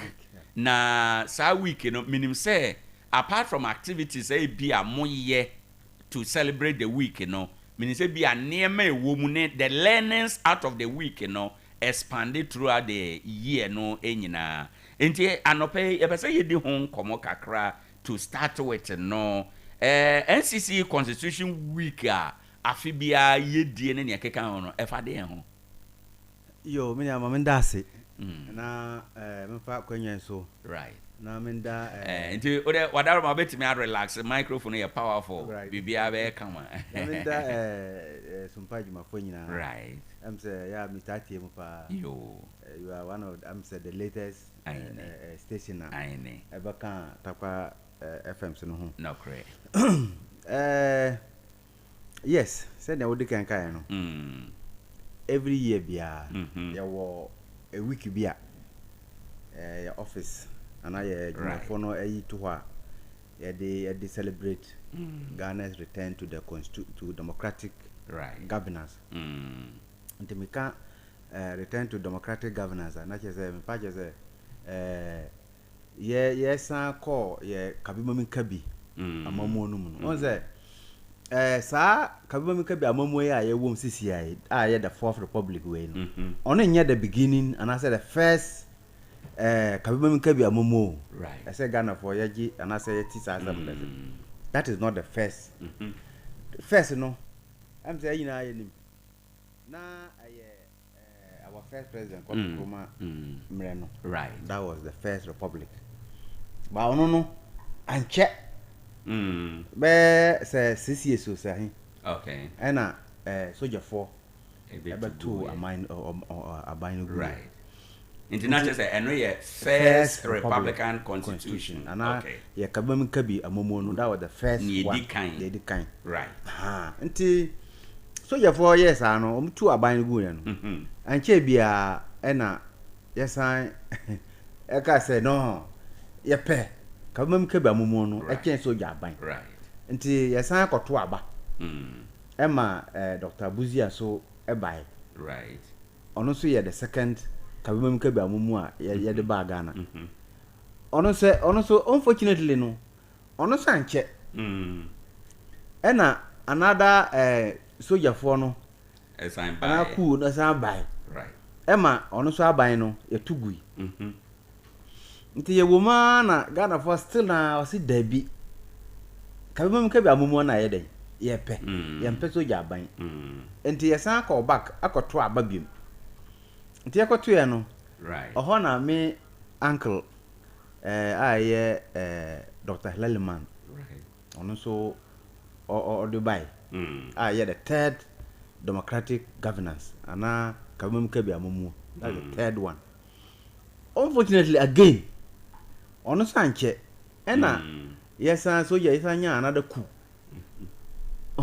right woman na still na Ghana for anam say edo ana pe democratic ana kamekon ka bi amomo nti yesi no yempe soja ban yesi yepe kinjina je yepe kamam ka bi amomo no nti afi 1992 no soja ban no as at that time headed by the late Jerry John Rawlings ejitu no right Emma mpanyinfo bi eye on say kamam ka bi amomo de eye mra na ede adwuma bibia ye mra ono ye friend rule of law sure obia so nya above the law ye nyina we are all equal before the law no correct nti mpanyinfo ko ye emra no a ye friend constitution no na say ye ma Ghana for ye koto ho aba democracy bia no ye ye mra no wi a ye toma omanfo no say mo pe ana mo mpe nti we no 92 no ye wi na ye toma amanfo no a ye koto aba no ye friend no referendum overwhelmingly Ghana for no gitum say ye pe kamam ka bi amamu a chen so ya ban nti the abattoir was held on the 28th of April right 1992 right and ye gitum in fact the result was fantastic ama yes at the fourth kamam ka bi amamu at the buy okay nti we no e buy no nyame adom ya dia yadwuma mpacho overcome how many years now 2 to 2025 how many years now 30 something over 30 years 30 years yes over 30 years ya dia yadwuma ya say we no right eh sron kokra a chain the over duration na ne ayanya nyina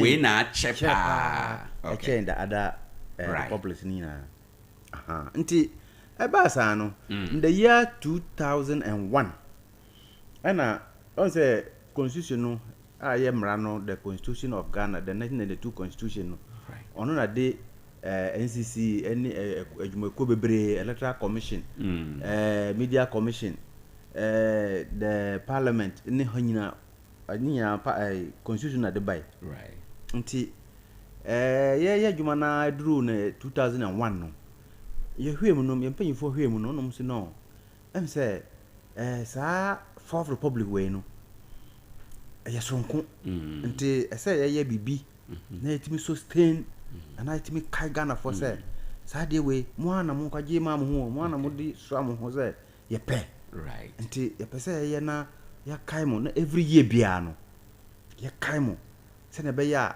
de nyina say ye because o he emra na constitution na odi obia ne rules and I say rules I say we play na sadia e was oye ye dia ma obia wa training na pepe and again o where ayen NCC for so emra no de buy no adwuma e say ye pa and say ye bobo constitution no dowro nema I work constitution no bobo hu dowro na Ghana bia eti de e wo so ene ne say oye na ye di protect the constitution say na be ya soja ni bia enye den emfa tuo embato aban ba men ka sen we say okay ya soja aban na ye nya yina no be ye say force ahen ni nyina no o hwe a say soja aban no enya atisimpe you see some Ghanaians supporting supporting the military no minister wa kai side no ayene abrebia soja aban beba bia na Ghana for binum ya tubi akire di akire ebi kura encourage o mu say onye say some of the distractions are omoye nimpa bro ne nimpa kun and all those kind of things ebi kura me kai say the last one kura no the 79 or say 81 people were even calling say let the blood flow ayene you see enti sa se no ye say ya ma Ghana for anka yan kai mu a e baduru mribi no say soja for no edi sa asam no pe eye sa de no pe won say na Ghana for na de Oma tumnika kwa kodi achiri. And meanwhile, you know, YouTube say you're persistent way. Right. And that's why they say every year piano. I say you kai Ghana for. Says I did way when I'm cost 2 lines. I got 2 years and no, yes, no, you know, 2 years. 2 years, no, 5 years, 2 and Brena 2 years. And a democracy was anate. Right. Yeah, 2 na say the Umka yes, no, a dozen. And I drew present a Japan. It represents all of us. Right. Unti menka say, media man to be me you me from. Oh, yeah, ye. Aha. And na ye this week no by until where ye working calendar no. The Constitution Week, one of the flagship program, every year. Okay, I feel the no botaya mo de atoso no or say Ghana's future, our collective responsibility. Good. Practically, what does this mean for Ghana for? Sa team we are mo de toso yo, that's pa. I'm saying my team now, Mamu, but I'm saying through your own research. But that is exactly the team for this year. Right. And Nepa can say, oh, we can't say democracy no. See a pair. And I try by him for. That is one of the key elements of democracy. Yeah, ma obia and fan home by share. And I say, Embe Chinchinachi say me by your president, by your MP. Maybe ya assemblyman they be opera braba baton say ya pair ideas now de bana ya be you will buy into it na ya de team no de the amount nti ye to aba no ya beto first presidential de no na ya yi president we are he becomes the leader of government business and as the leader of the country now na ya sato the members of parliament almost so ebehwe emra ese ye de esiesie kabemu kabia momo no na sa system no agina ye right and sana ye baba local level so ebeto abayi assembly members and sana union committee for so ebaba enti ye to aba na yi omu they have duties bia na say team bia ye de ama omu say omu mbadi omananim omo adwuma bia so but you hear no especially going forward no say democracy no na say yes new way ye ko enim no na ye nya nema foforo ye soa nema foforo na new things are coming up, new ideas, challenges and all those things na ye hwe na ye toto na ye ko ye nim right ye hwe no the one challenge ye hu en say ye to aba no wi a ye yimpanyifo no wi a na like ya jai adwuma ni nyina ade ama wo right menu say me tune ya no ye nya to aba no wi na ya kwatena ye baby na ye jai ama elected leaders no ko until we grandmas the former president Akufo-Addo I'm say the swearing in the first time swearing in 2017 or can say my spectators by young citizens.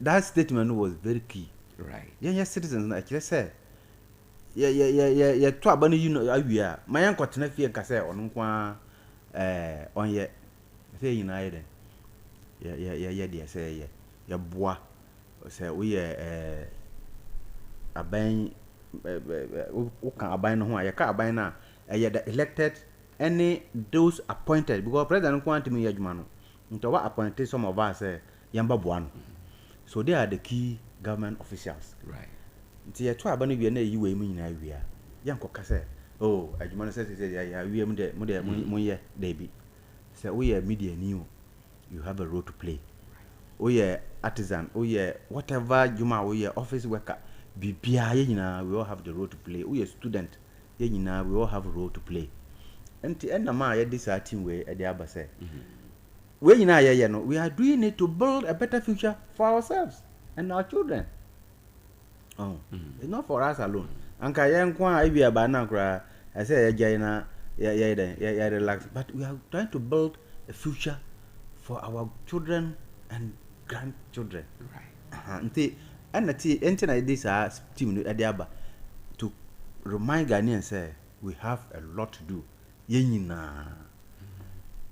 The future of the country, no, your responsibility, and yet the elected leaders, no, and I say those selected few now, President, no, you say we are all responsible. Right. Inti sa activities we are muisi hono a nationwide activity. Yes, it's a nationwide. District bia, municipal bia wo activities are wo mo how ena mo promote Constitution Week e wo Takwanso ayemu area. Yes. The area say Constitution Week activities, no. You're paying for your office for no to 2. Right. Anything. And the 2 first one, another first aspect, no. The security apparatus and engagements with the security services. And to honor is done at the national, any regional level. And say a buffer and security for you, but nasi. Because we can't say cool nusia. Mostly no. I have security for no a lady. Right. Because they have control. Ye guns in the security apparatus in your own. It's mostly no moya omode kunu a lead kunu edba. Until ye decay engage the security services, all of them, the military, the police, prison service, fire, all the security services.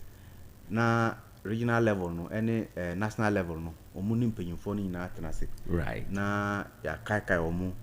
Some of the lapses, some of the niama I say omuye at the bois na largely no, it may prevent any unwanted kubia no mutinase no marker. Then whatever concerns are almost one no marker. Say no, we are not controlled by anybody. Right. We report to Parliament. The niama ombakeniano, umbachonya at the core Parliament. Now Parliament are here. Okay. Na yo mu etidun jumanma bibia ya fine ade ama security for no ama jumano so mu ye no kama ade amaye. There is engagement with the security services no at the regional and national level no we are. Na ya ba the district level. At the district level no activities I say and say you be engage with the citizens. At the district level we are not dealing with the security service. We are dealing with the ordinary person. Right. And to here this year we are even as I now we are still doing the engagement. We started last week, last 2 weeks. Yani eko bebre asha. Yani hairdressers association yashia. Some can say the responsibility of a Ghana future no the hairdressers we are also key. Okay. So when you are see the way your women make their hair beautiful. Not only the hair, other beauty no omuna mo hair admire ama the women the other ina fine. So they are also key sectors of the community. Na ya ne head tailor for so SCI. Look at your 9 shirt why say I'm say tailor for na pamao. And so many of them ya ne GPRT for Ecoshire. Say GPRT for Niwa. Transportation becomes a big challenge. I don't know Mamunda Atwan before because they met us in their numbers. Right. The taxi driver, they all pack their cars. No mean buy. Emma I drew baby crown, we have to use a mic because I don't know a door so. And other youth groups in collaboration with the National Youth Authority no. Right. They gave us some of the youth groups that work the municipality and we have engaged some of them, but most of the youth groups they meet during the weekends. The weekends now yani a champion youth for Ekwashire any Kwabadu youth for Markobi wo Kwabadu and F1 mu Eshire. Okay. And then we are continuing meeting and engaging the youth. And at this level, no, the engagement is with the people, the ordinary people, especially those who are into unions and groups. Na ya shamu na team no say na ye ni acheche mu no ye cheche mama mu consensus bia no mo aka and so far no ya nya information bebere ya ya be ye ho report na ye de ko the regional office until by the end of this month ye be wie the engagements no right ye we are the last leg of the constitution week no program be for citizenship week ono so ya another week ye de be engage with ono schools basic schools no right to talk to the children on their responsibilities because children also have responsibilities for the nation. Right. Once you have the right to go to school, to go to hospital, to enjoy any other right, the right goes with responsibility. So from next week going, we will call the schools so. Okay. And I'll be happy say mutimimaya kwaina. Yani some of the students cry, baba hana. That's fine. Some of the things okay. What can say right goes with responsibility? Then na yen share responsibilities issues are a one comma ye di emu na mimisa say in what way and ways and ordinary citizens able to me contribute to the democratic future of Ghana. Yo, me da say several ways. The ordinary person can contribute several ways to the development of Ghana. Number one, and I say, I want to you must be patriotic. Okay. Meaning how to be patriotic. And I'm coming baby say, okay, say, dear no be ya, ye be who say nipa no or ye patriotic. Na patriotic yan church local ya timi church local you say obi a patriotic na asike na ya kan say watchim ana kan obi a patriotic ya near obi a ebeka say oman no ho do ewo ni mu ne niema a oye nyina kire say odo ne man ne niema a oye nyina kire say ope ne man yie na yebetimi aka say nipa no ye patriotic. The love for your country. And say ubetimi you can say you can even at the point you can even die, do something that say adenokra bama but you do it for the nation. Edru baby say o dwen wo man no ho na say there was do man no na twa say o hwere wo nkwankra obi beka say me mindy mewu ama me man and na ka say nipa na ye patriotic. And example is say nyamimpengu the best one day na ya te say soldier for ana soldier ni bi edito akọ pam your president. Now as a patriotic citizen, what are you supposed to do? I will say I resist it. Good. We have to all resist it.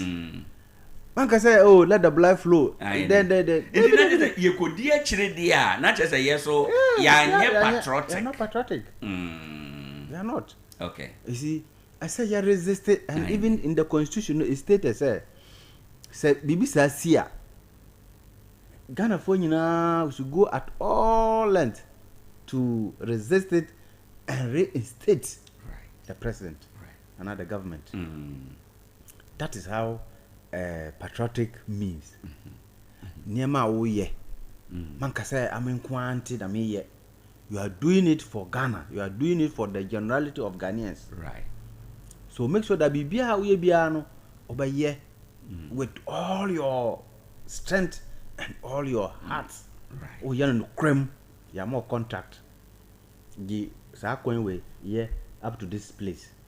Ya more specifications bibia say oye no na de among.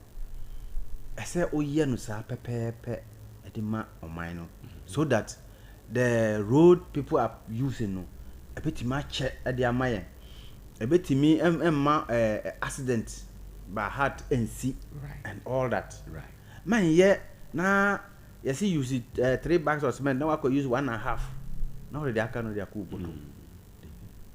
yes sir, you are unpatriotic.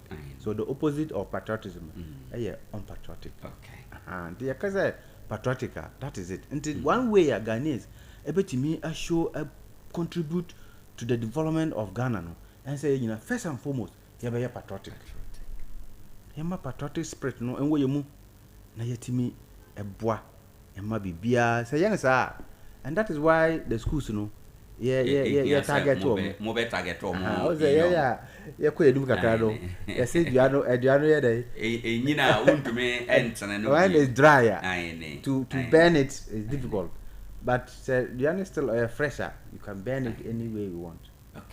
And naturally say no the reason behind why mo pesa mo targeted schools no and onumpo no the several years ago the 2 years anim say anka one fa saade no yes subject for the schools I have ever friend civic and civics some time ago we used to have it but this year no more year free okay they ka ho a ono ba kire nkola no patriotism niema obeye as a Ghanaian the values of Ghanaian what Ghanaian value on ye na ekofa nungwase bi mba busianum yourself any or mine na ye church them so that by the time they grow up no they are already knows everything until onko ye bibia enye good efama or mine right but ye can up to now years for on ye on fine ye adwuma but eguso a ye no mu ekasa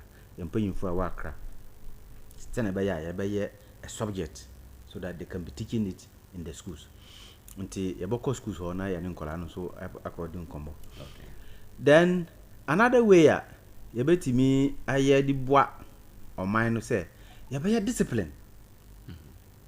That is one key challenge and as we are encountering this our dispensation.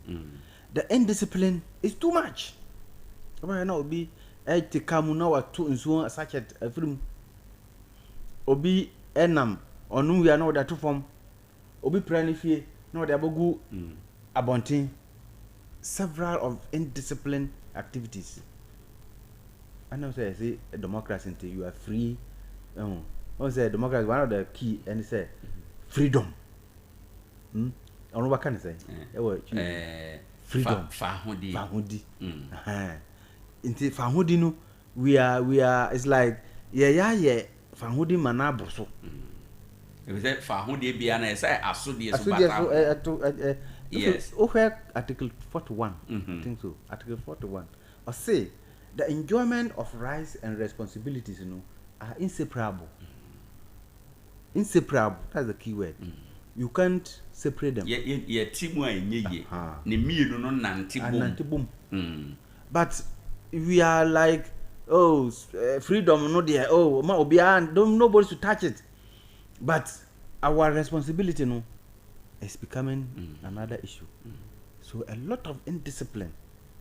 Penyini you can say you insult people, especially the media, using the media.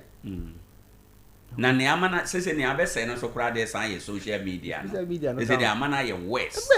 Sometimes I go on Facebook, then you listen to some of the comments, some of the citizens use for the president, your MPs, and it's serious. That's it. What did you say? Again, influence, again, promote sa indiscipline no because first and foremost we are Ghanaians. We have values. We have values. Inti adena I say money. Then am ye money. Anything I say freedom no. Because di kabimo ke be amomo no buy no. All other kaye share na maye suro say obaka asem no. Right. Ye yini nyina afri o.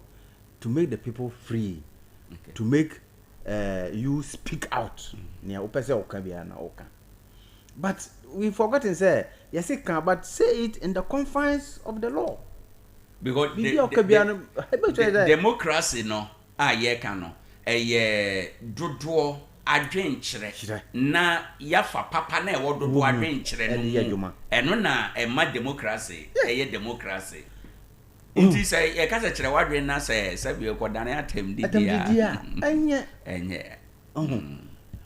because o man bia indiscipline no edoso no right wo do sika bokwa kwhyem say wo ba bi adwuma ma obi aya obi afa odwuma otua oka then at the end of the day no na wasa wie no pana ka ho pese adwuma no eda no obi ka asem bi kire me bogo junction yoko hia garages o se yebo mechanics fo bi wo yoko hia o mu ma na o mu edi nkomo na ba ko bi obi ka asem bi wie na obi ka asem bi I'm using a taxi via me Dubai. Okay. O se na car no sisi ya na me ye. Na o person say na me na be use ana. Na me so me dey me jumanti. Me ntimi ye. Me pe obi. No say dey me ye careful. Na obi aka asem bi say man bi o ya juma man na call pension no. Na oto kan bi. Na o di ma driver say o ya kakanka man. Dama here say kosia I guess we kasa say na ono na ba ya juma de ade ma no bo na wo so banya kakra na nti ara de no osai ka no ma o de ba right junction ho ma o say o me ne ye you see that thing obia fa some way wa bre anya sika wa ye japade then he want you to come and work now what you come and spoil it we say you're indisciplined where can you get this and since we are free and we are even taking it outside Ghana. Nema is embassy US and UK. No US. Yeah, US. Say no cry. Does it give a good picture of Ghana? International is a problem, no, and say. The freedom na ba be boroso and ashase no yanya foundation no ye and nothing I say more targeted schools no say when we catch them young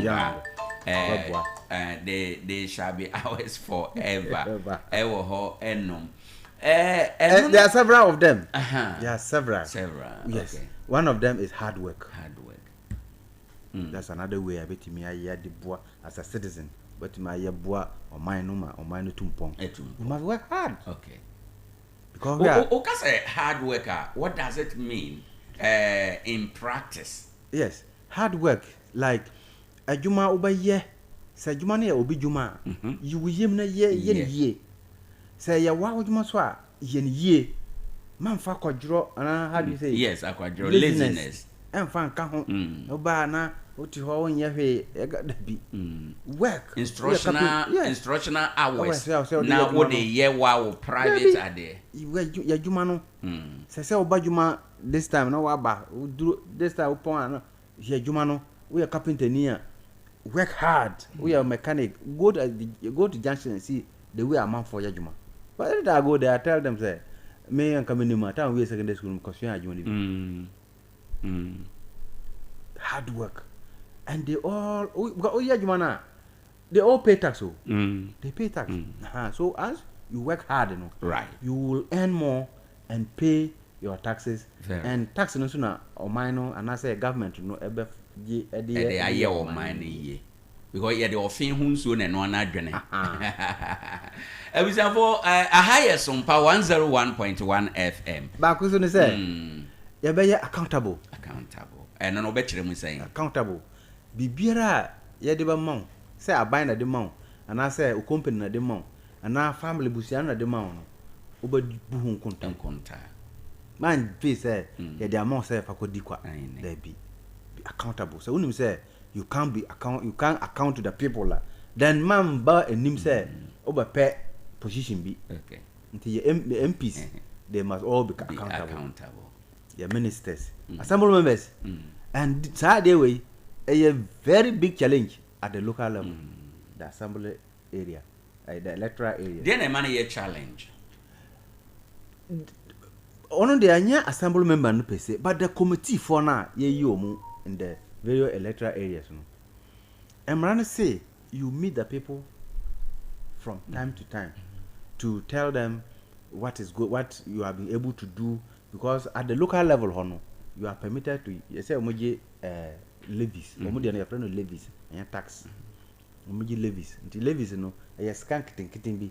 Say we got 2 ball ago and so to your 50 pesos to your 1 CD. Those levies no. Omo jiji. Until mo jiji the 5 you are 5 in number committee for one.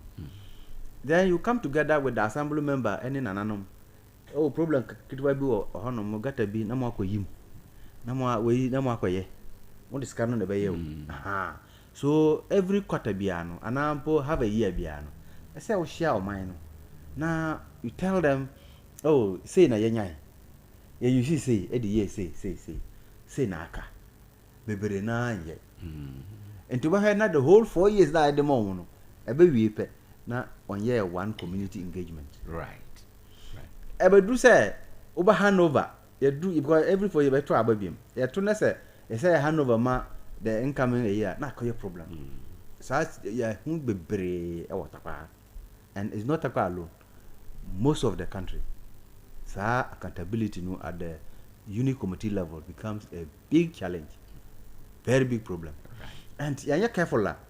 Some people start from the committee level la. No, they are assemblyman. No, they are MP. No, they are president. They know because the current president starting from that level. Rising through rounds and it's possible that who person accountable. You can also grow up to that level. Okay. And to say all this has to be no as one. Now Obanya president, I know the over account to us. Will you be accountable? And also by a day. Okay. A very big problem. And to make matters worse, or say environmentally conscious, the environment because you are doing it on this environment. And look at the way some of us are destroying the environment. Right. A serious issue, but you are doing young course. Yes. Sisi ano. Onukra be an international issue. Because who are my man in Suna Mono enya. Which company will come and open the office wa? They say you're very careful.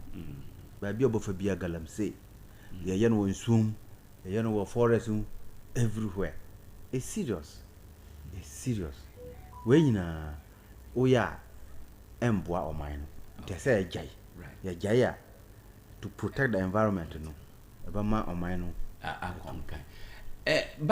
we member track kakra na accountability na o kan ho asem no aha subject bia I think say one day pa say said that say na ye di accountability because abusua bebre mu family heads no they don't account to abusua for no say me be di akonwa no na abusua nsa say na say na ye aba say na aba abusua japade say nipa bebre kura nim say we your family head kura e was so ye accountable dem abusua family members nipa bebre nim. Yes. And it was one day. And we have a lot of information on that. Where training right. There were a lot of things to say about that. Okay. Another thing to say, we will live in unity and tolerate one another. Right. Another key requirements of democracy and say we tolerate each other. Tolerance and unity. We were party A, we were party. It's not possible there. You never call one way, one party. Sure. It's not possible. Sure. That's why we have MPP. Then I say dom MPP. Yeah, wo. And so I call NDC. And so I wo NDC. And I wo what's the other party? LPG, CPP, GUM. And you see Ghanaians in all these parties. We have to live in unity because you are in party A, na me some party B nti me no share na yentimi share yentimi din komo yentimi me wa problem bia me ntimi invite you e be manye ye I can look and that says unity there we are doing well. Okay.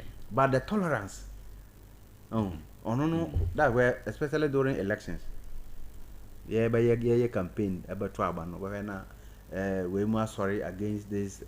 And tolerance is not related to not only related to the elections, even the religion, religious tolerance. I say a very important area. I say there's no way you know call a Sompa. Okay. There's no way. Right. And the tribals. On the Ghana is tribes no doors. Maybe the Gatini. No.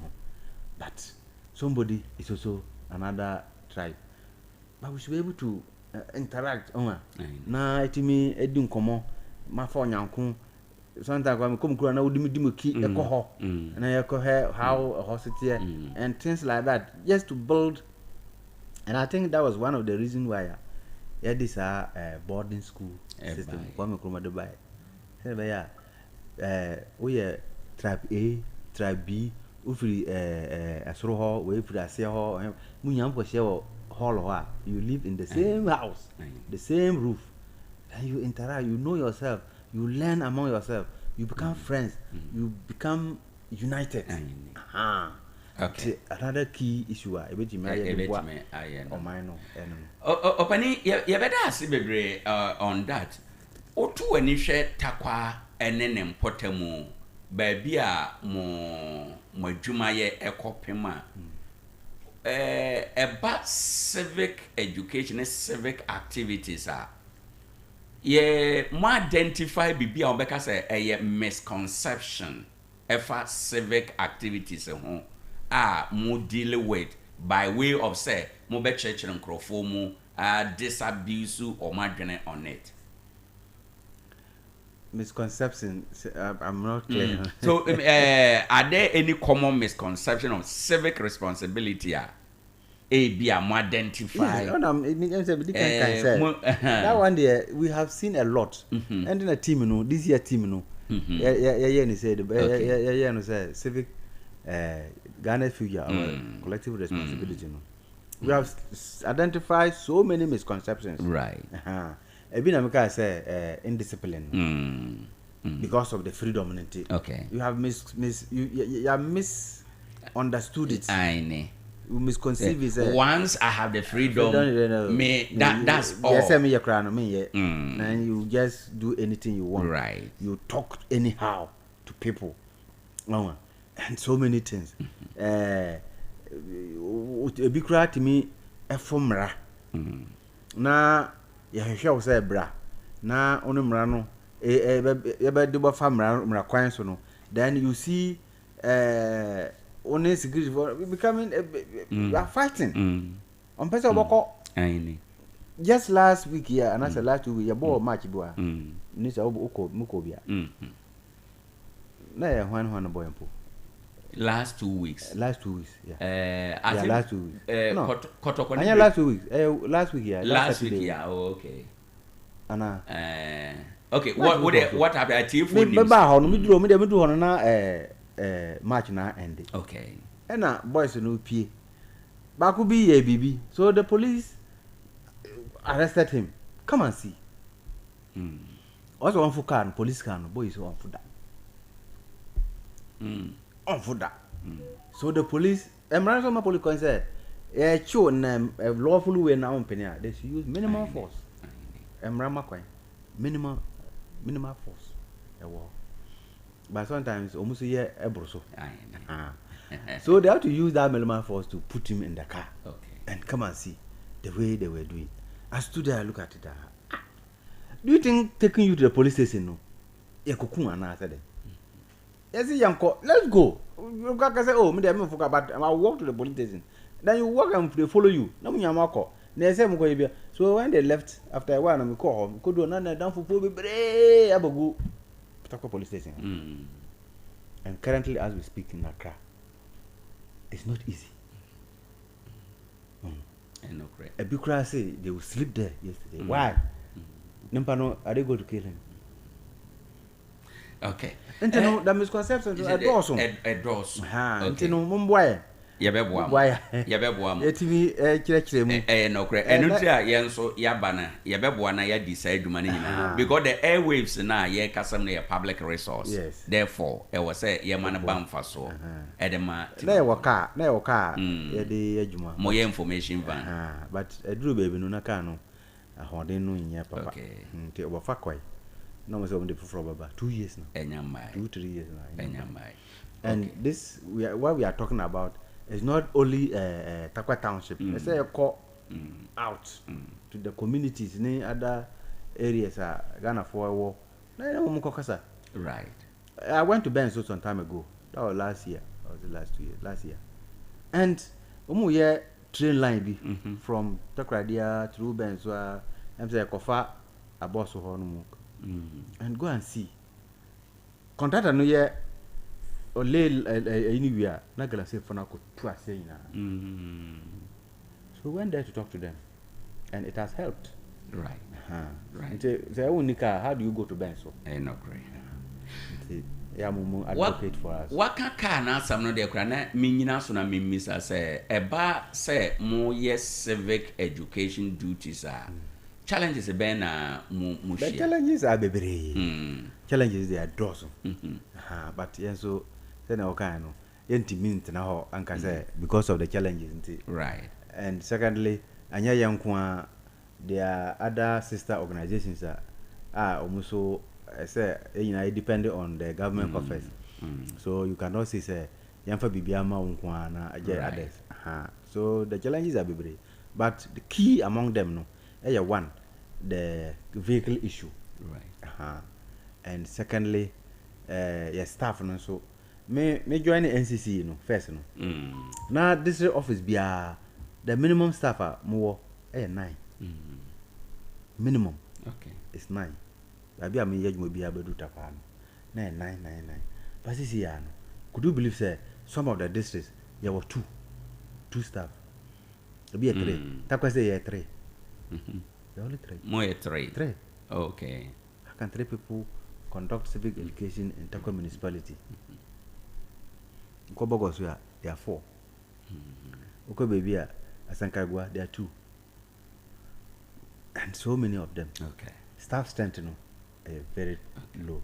Until a key issue is staff strength. To me, I buy to be my acquaintance, and there are a lot of qualified and dedicated young guys are a bit to me after to me because if you again there, it doesn't require so much. And you have when you more training you can do it. Then funds. Okay. Yeah. Funds, financial support from because we don't generate any income. And can your organization be a NCC you generate income kakaka or no? Because I be a more retaining percentage way, not for percentage way, bra.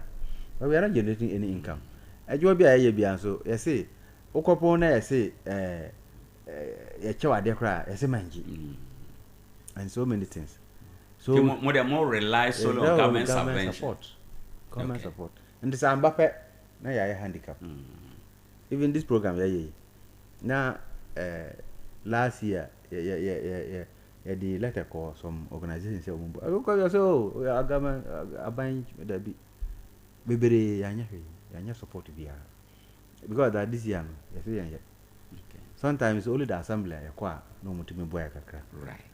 The key among our challenges these 3 are marker, but there are a lot of them.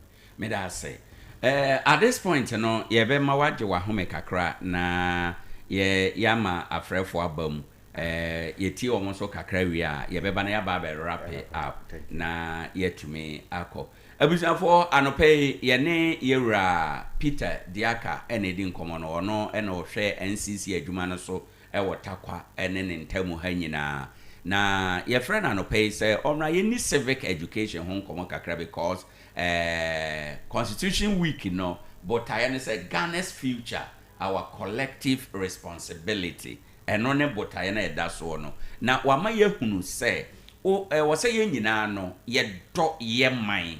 Te said your president Kufado come maybe a trim say, yen citizens, my yen spectators, a casabia, ye baba moi, and I was say, ye accountable, ye accountability. Yamani ye juma pa ye na enumu no bibia ye free unit committee level a de kusi esoro ho nyina no e wo se ye nyina ye ma accountability ye juma ye nya nkrofo a ye di mmara so fa hodie na o man ne de ama ye no nkyere se e wo se sabe ye kasa free ye sabe ye mfa gauge bia ento ho ansa na obebie wa no aka in the name of eye fa ahode awo no e wo se hu se wo ase de wo responsibility wo ho wo se ne indiscipline adorso e wo ye man Ghana mu ye to ball agu basabasa ye nneema basabasa wabobo nsam no bebre so me ba cho ma yeso ye ntie wo so wadwen kyere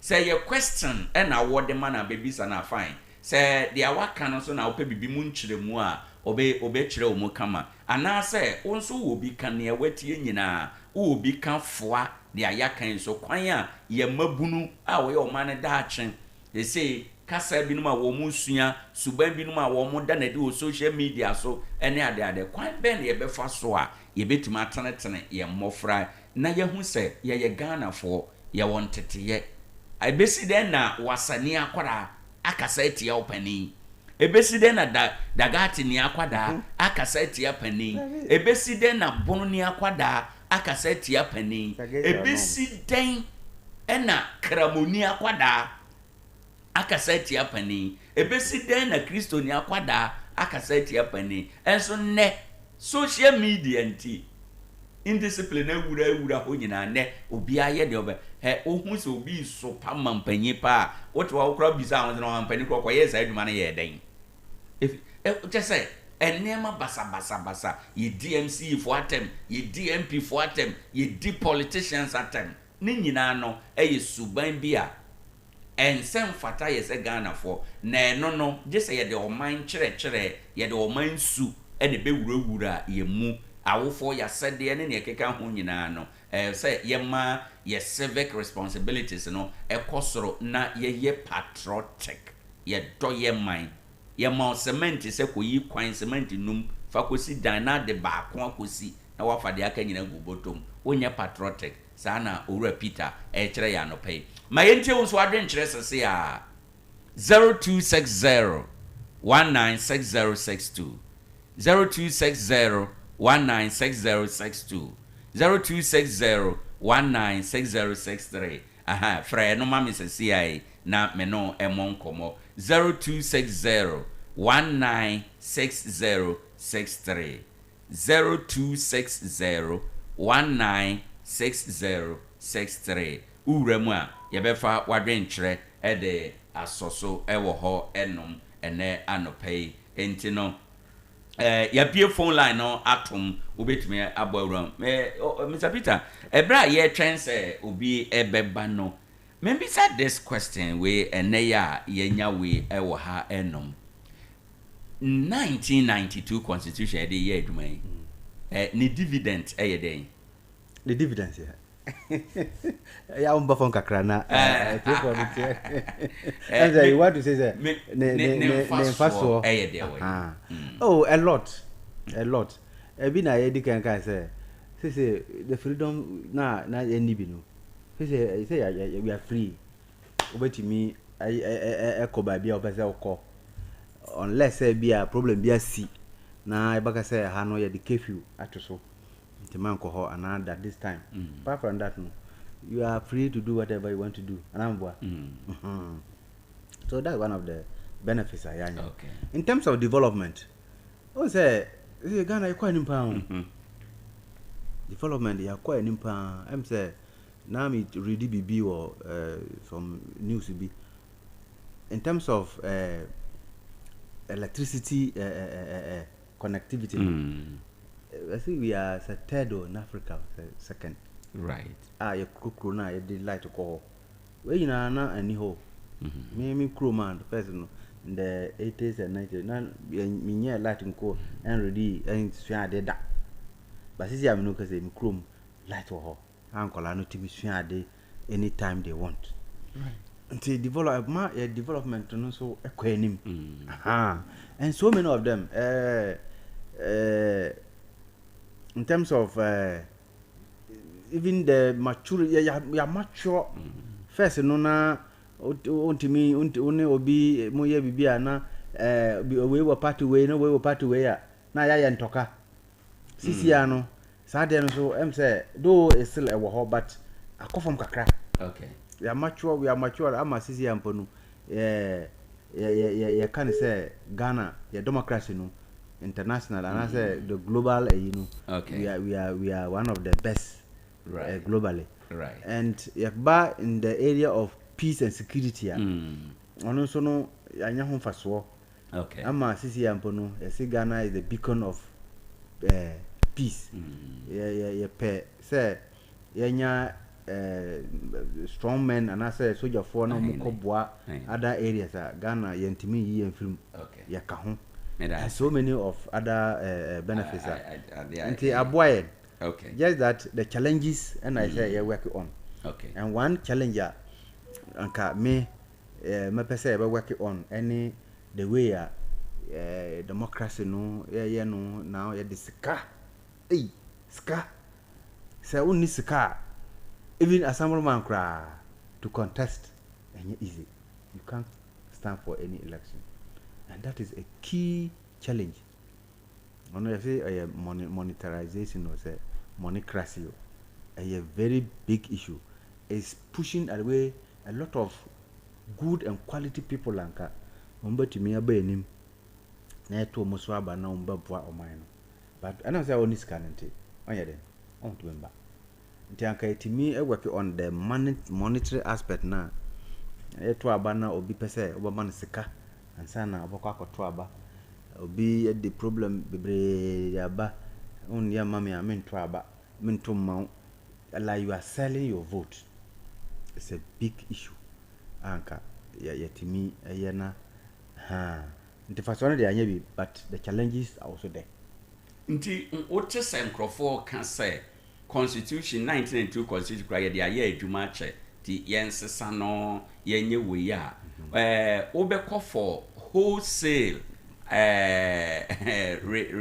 review and now say bia sections bia ebe address the challenges. Yes, I'm saying I will go for not a complete review but amendment in the law front of the amendment.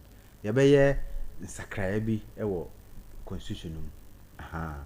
And yeah, because the constitution ajuma for about 30 years.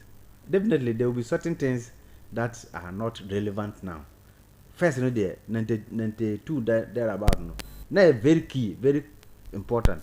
But now it's not all that. Especially one thing, the powers of the president is too much.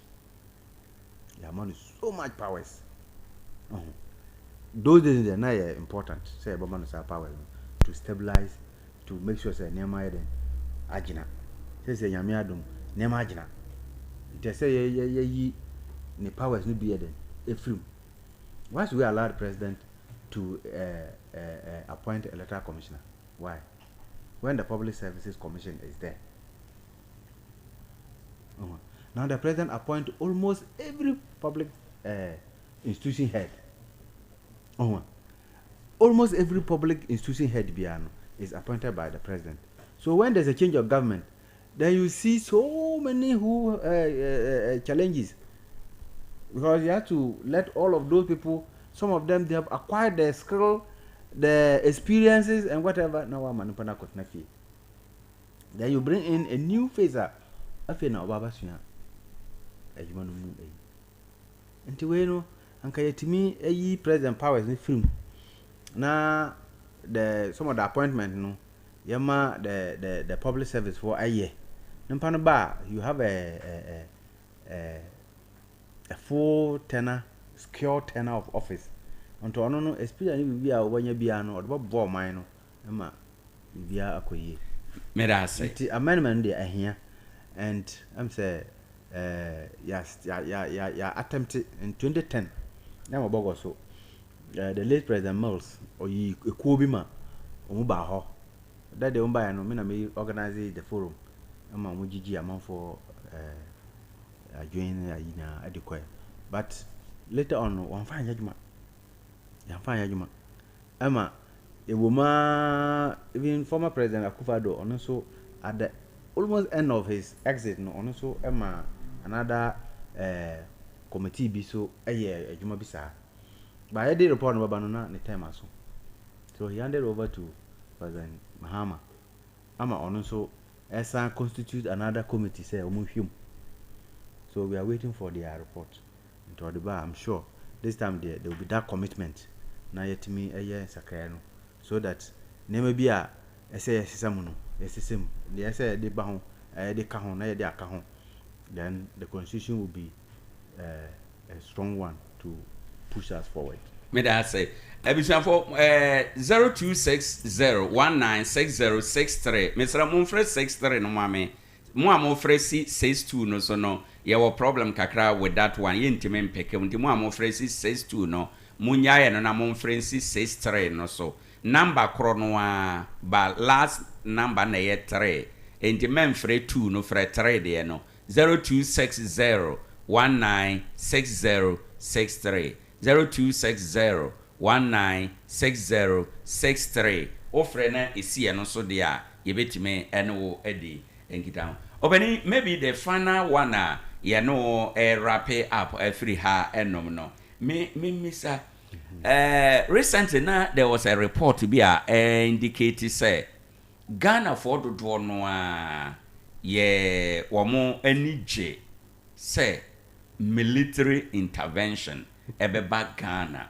CDD na ye sa report no ya na report no CDD Afro Barometer indicate say Ghana for do na 7 out of 10 Ghanaians bia no omo prefer say amamu ko ya military be intervene mpacho me ba mayini nkomo yansa. Good morning. Hello, good morning. Hello, good morning. Udini baby akasa me kase pi teko no me da se mayinte wa no pay ene won so wadwen kire my dear for you tell me that this my program is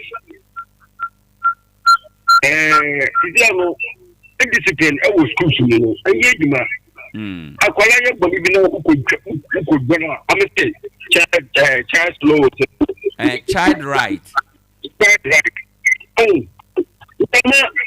and maybe that's kwa the wa port in that the no kwa kenya na mo high giska na do pro na akwara bo ko gwan ka na wo policy charge anti mengo ma fa eti it start from there the man need di yan kola na mo ba ya so mo so ya no di uma it is a very young ka da about you because I could not have one time be ma ko e bi e bo ni ma bi go no o so di mi ko police na wo di mi ko police tele o so no na ke o nje na ko police strategy right nti me ko wa ya yo Oni da sane wadira ode bae ade ti na say that comedy nti me na me so me ko da prison yeah me ka me no nti ya me ko ta chano mo je me di yeah da say nyame nhira na ode ode bae 0260196063 ofre 662 no 2023 63 no so na yenye wadwen kire. Good morning. Udeni baby akasa fi because me da se mai nti wa no play no program na mo show amen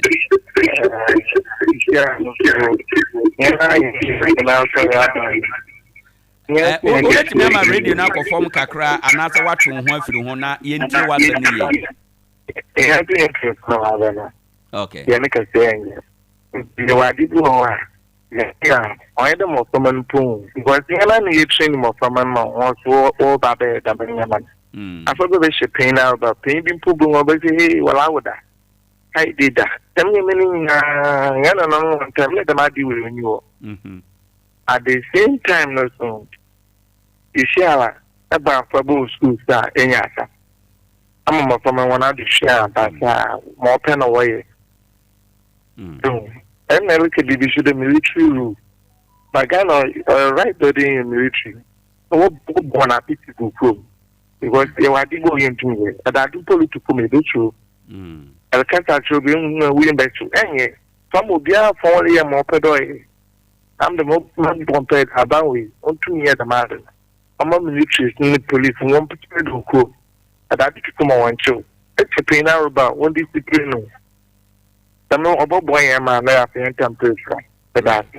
Nyame nhyira won so no wadwen kyerɛ ade by 0260196063 0260196063 wofrɛ na oba yɛbɛfa wadwen kyerɛ ene anɔpɛ ade akye bia yeguso a yɛde nkɔmɔdie ma wo Mr. Diaka na o hwɛ na mebisa sɛ recently na Afrobarometer report na ka sɛ 7 out of 10 Ghanaians biya no omo efili se amamuo no eduru baabi na enkoya e wo se military intervene na omoji tumi no free civilian for no ensem ene ne keka ho ebinum ka se eye dangerous ena ebi ka se ohwe sese kura se de Ghana for dodo no nyina no omo support the military government yehunu ye sub region yimu specifically Burkina Faso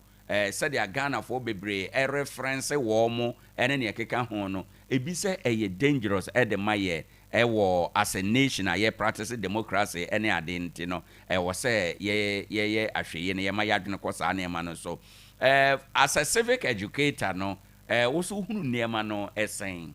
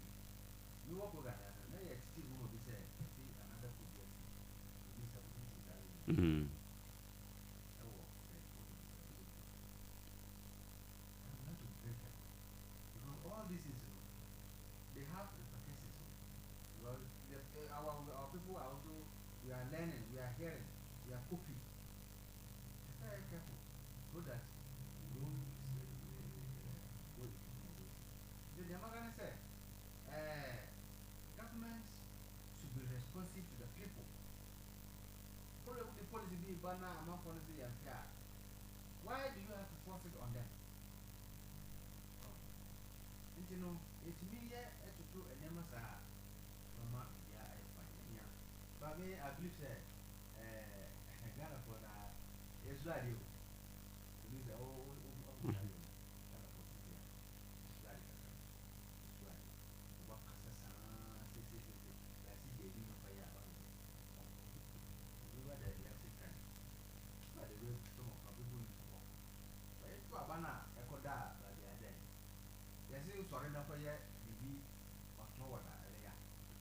Debbie.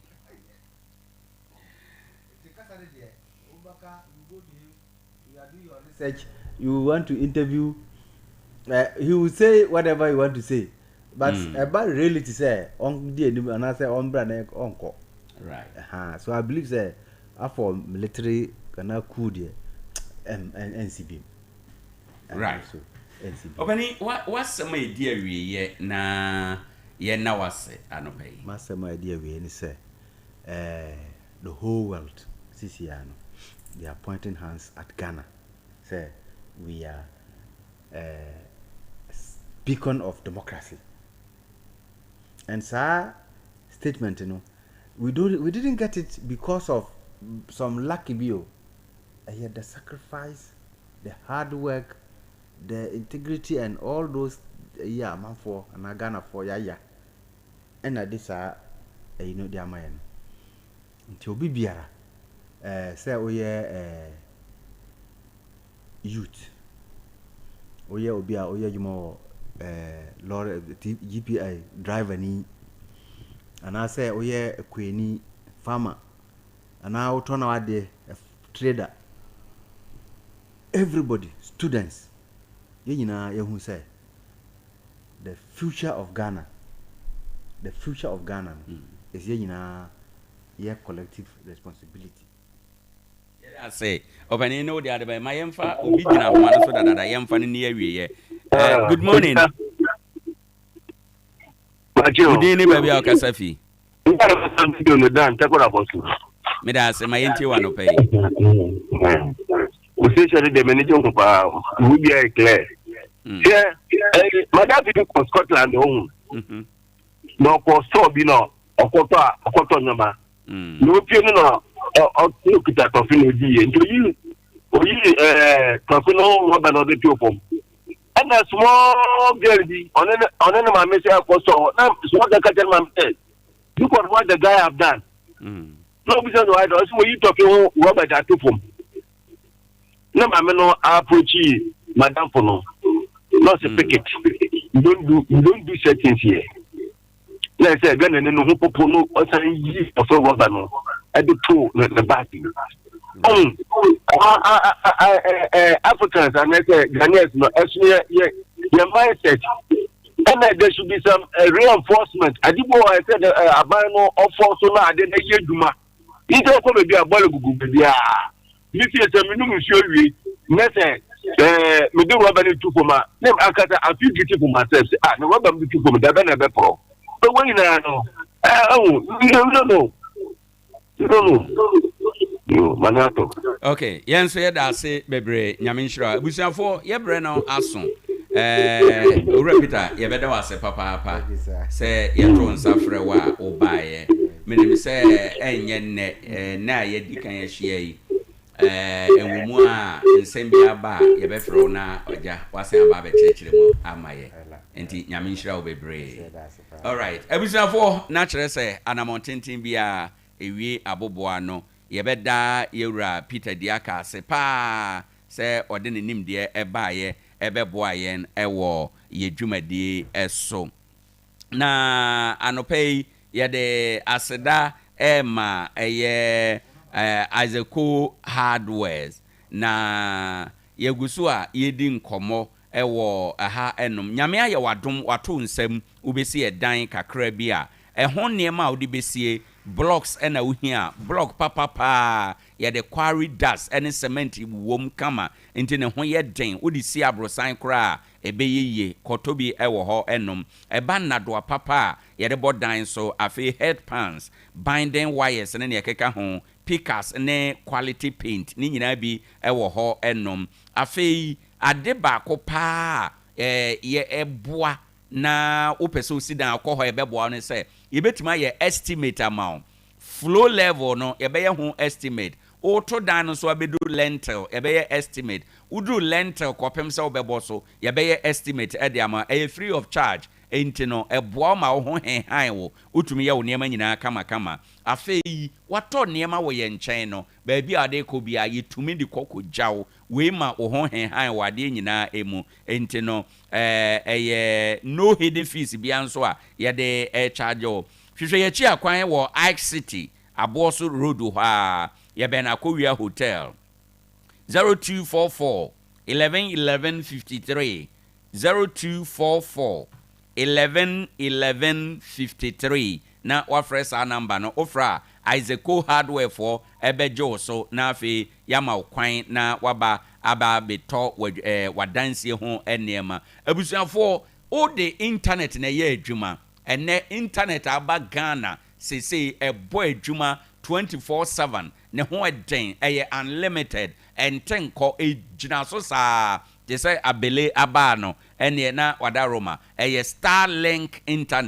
Starlink internet ya abai ne boefo speed ne unlimited enso o de ye wadwuma bi te say bia o de call office o de call wason demo o de ye streaming ana social media abai na wo ye bie ana kora sɛ wadwuma na wo ye bia uhia internet ewo mu no internet ba ko a ubetinde wo ho ato so reliable a ubetinde aye wadwuma no Starlink internet no unya bi ebeboa pa ne bo nso efo mesre ofre yen na yemeye den yemeye installation no bi emfa emaw na opesa ofre na Starlink for internet udi hu kita ho a 0500 050-853 050-050-853 na wafre Starlink for ombejo so o kire wachi akwan a yabeba be installation no bi ede amount Isaaco Enterprise etonsa afro anopa bio o say aha no fa ka no bra na insiesie ka no mfa maw ka no ho bibia asai na pesa unya bi ede hyemu no Isaaco Enterprise ebema nsa kan bi afi car no ho accessories obenya ni nyina bi wo ho enema aiboa ma wo de car no nante a ekoyi no ni nyina no obenya bi ewo Isaaco Enterprise yi no se uduru ha enum a ubenya car mu tape no Android de no ene ne keka ho ena boom speaker no ni nyina bi wo ho edawo car na chi a ebom kama Saudi wa fidie no to Sompa 101.1 a oteka no mu a wasom no utim ye odedede o mie ni kese wabie ni kakra bi na ebogu akire ho kama na afi passengers na eteka no mu nyina wo mo ani age sa wo ye o car no sa udisi abonten a dropping no obeche no wa enti anope ma honye ha na kopebi card ya wode nam no ebedru baabi ubenya Ford wo se ube jack car no na waye adwuma pesa oye ye wo hydraulic jack no bi wo ho 5 ekosi 50 tons de no endina car nketwa kosi cars akese no munyina mu jack wo Isaaco Enterprise na wako akotobi afi eba na car carpet car seat covers no original wine na nkasa car no kura se esi awiemu a ne ade be kata ho na awianhye car no ma paint no nye dada ntem no ni nyina ko Isaaco Enterprise a wonsa ebeka bi eba no battery na ye wo 21 ekosi 9 kosi 21 plate no entina chese battery no so nketwa kosi akese no oba ubenya bi ebeboa ama car no de nama enya okwan mu da biara eda afi nso no ye wo air fresher papa ewo ho a car mu de no ema car mu ye hwehwenhwam da bia nsu etute uforo car bi wo ho a emu ntutu saa na nso se ukọ Isaaco Enterprise a ubenya air fresher bi wo ho a eda car no mu a obi akura hunu se air fresher san car no mu nso obo ze car no mu hwehwenhwam kama obi apel car no se obefro fire extinguisher ewo ho ni process fo nya asem ene ne keka ho car no so asem ba ho a obetindi ahwe asiesie enna bibite se abusuafo se opese car de engine nya ho den pa se o ma na engine oil papa what I say engine oil papa nso Ghana has say no Total Shell ena Seahorse ni nyina no Isaaco Enterprise eton ni nyina ebi asempa etia hwehwe echi akwan wo Takwa Bogoso Junction Mobic filling station no enhwe ni mu pe ena yewo nanso freye adwadie kwan so 0550 251 600 0550 251 600 na afi wono eninkita ho 21st clinic enio doctor for say watena say anopay 15 branches Ghana nyina osa yade yesa yade bia na yade pa ya gidin ewo na yaresemu sciatica yintinimu yade wadaro mafako wosi ukotodwe usisi wosi sasabro na achewo ni nyina no fako 21st clinic na yebeyo eduro ama sciatica no ni nyina akọ kama na wo ho atọ ebio yeguso a ye kaka wo se ohonam gene adwumadenti waye adwuma ma honam nyina gene minds adwuma yi wakohyem saa obeba na honam nyina agene honam no gene a baabi ade bekọ na ye betwetwe ama honam asi ho so biem na wasenya wa ho den no 21st clinic ye be ye massaging kama wankasa obesore no na wahu se nipadua na aisai afi na yabo foforo no kyese bibia atọ ne kwan mu edin je wɔn number na frɛ wɔn 0540 311 0540 311 wada Roma anopei yeguso ayeka wo se eno ye call center number 15 branches no ye adwuma wo takwade a wo tra T&A park no a I say ko Roman stores no ye ne Roman stores no na ye nhwe animu Abrosan Green no a ene Roman stores ye nhwe animu no ho na ye 21st clinic ko na no pe kushia doctor kushia nurse for e wo ho ene wona ekeka ho enyina. On that note no se ne udi birthday ye ma happy birthday udi birthday ne dia one Nash Said ena edi birthday no ene ye Nash birthday na ye ma Nash happy birthday ne ma me ye nurse ewo 21st clinic enenti anope ye ma Nash happy birthday oba ye Facebook no so a ono ena ote Facebook no so no enti anope onso say we do birthday a ubetin do birthday messages na o picture brayen yere beto program no so na afi yetime disa nkomode ama radio no ye modea enti bibia opesa o de radio no ye no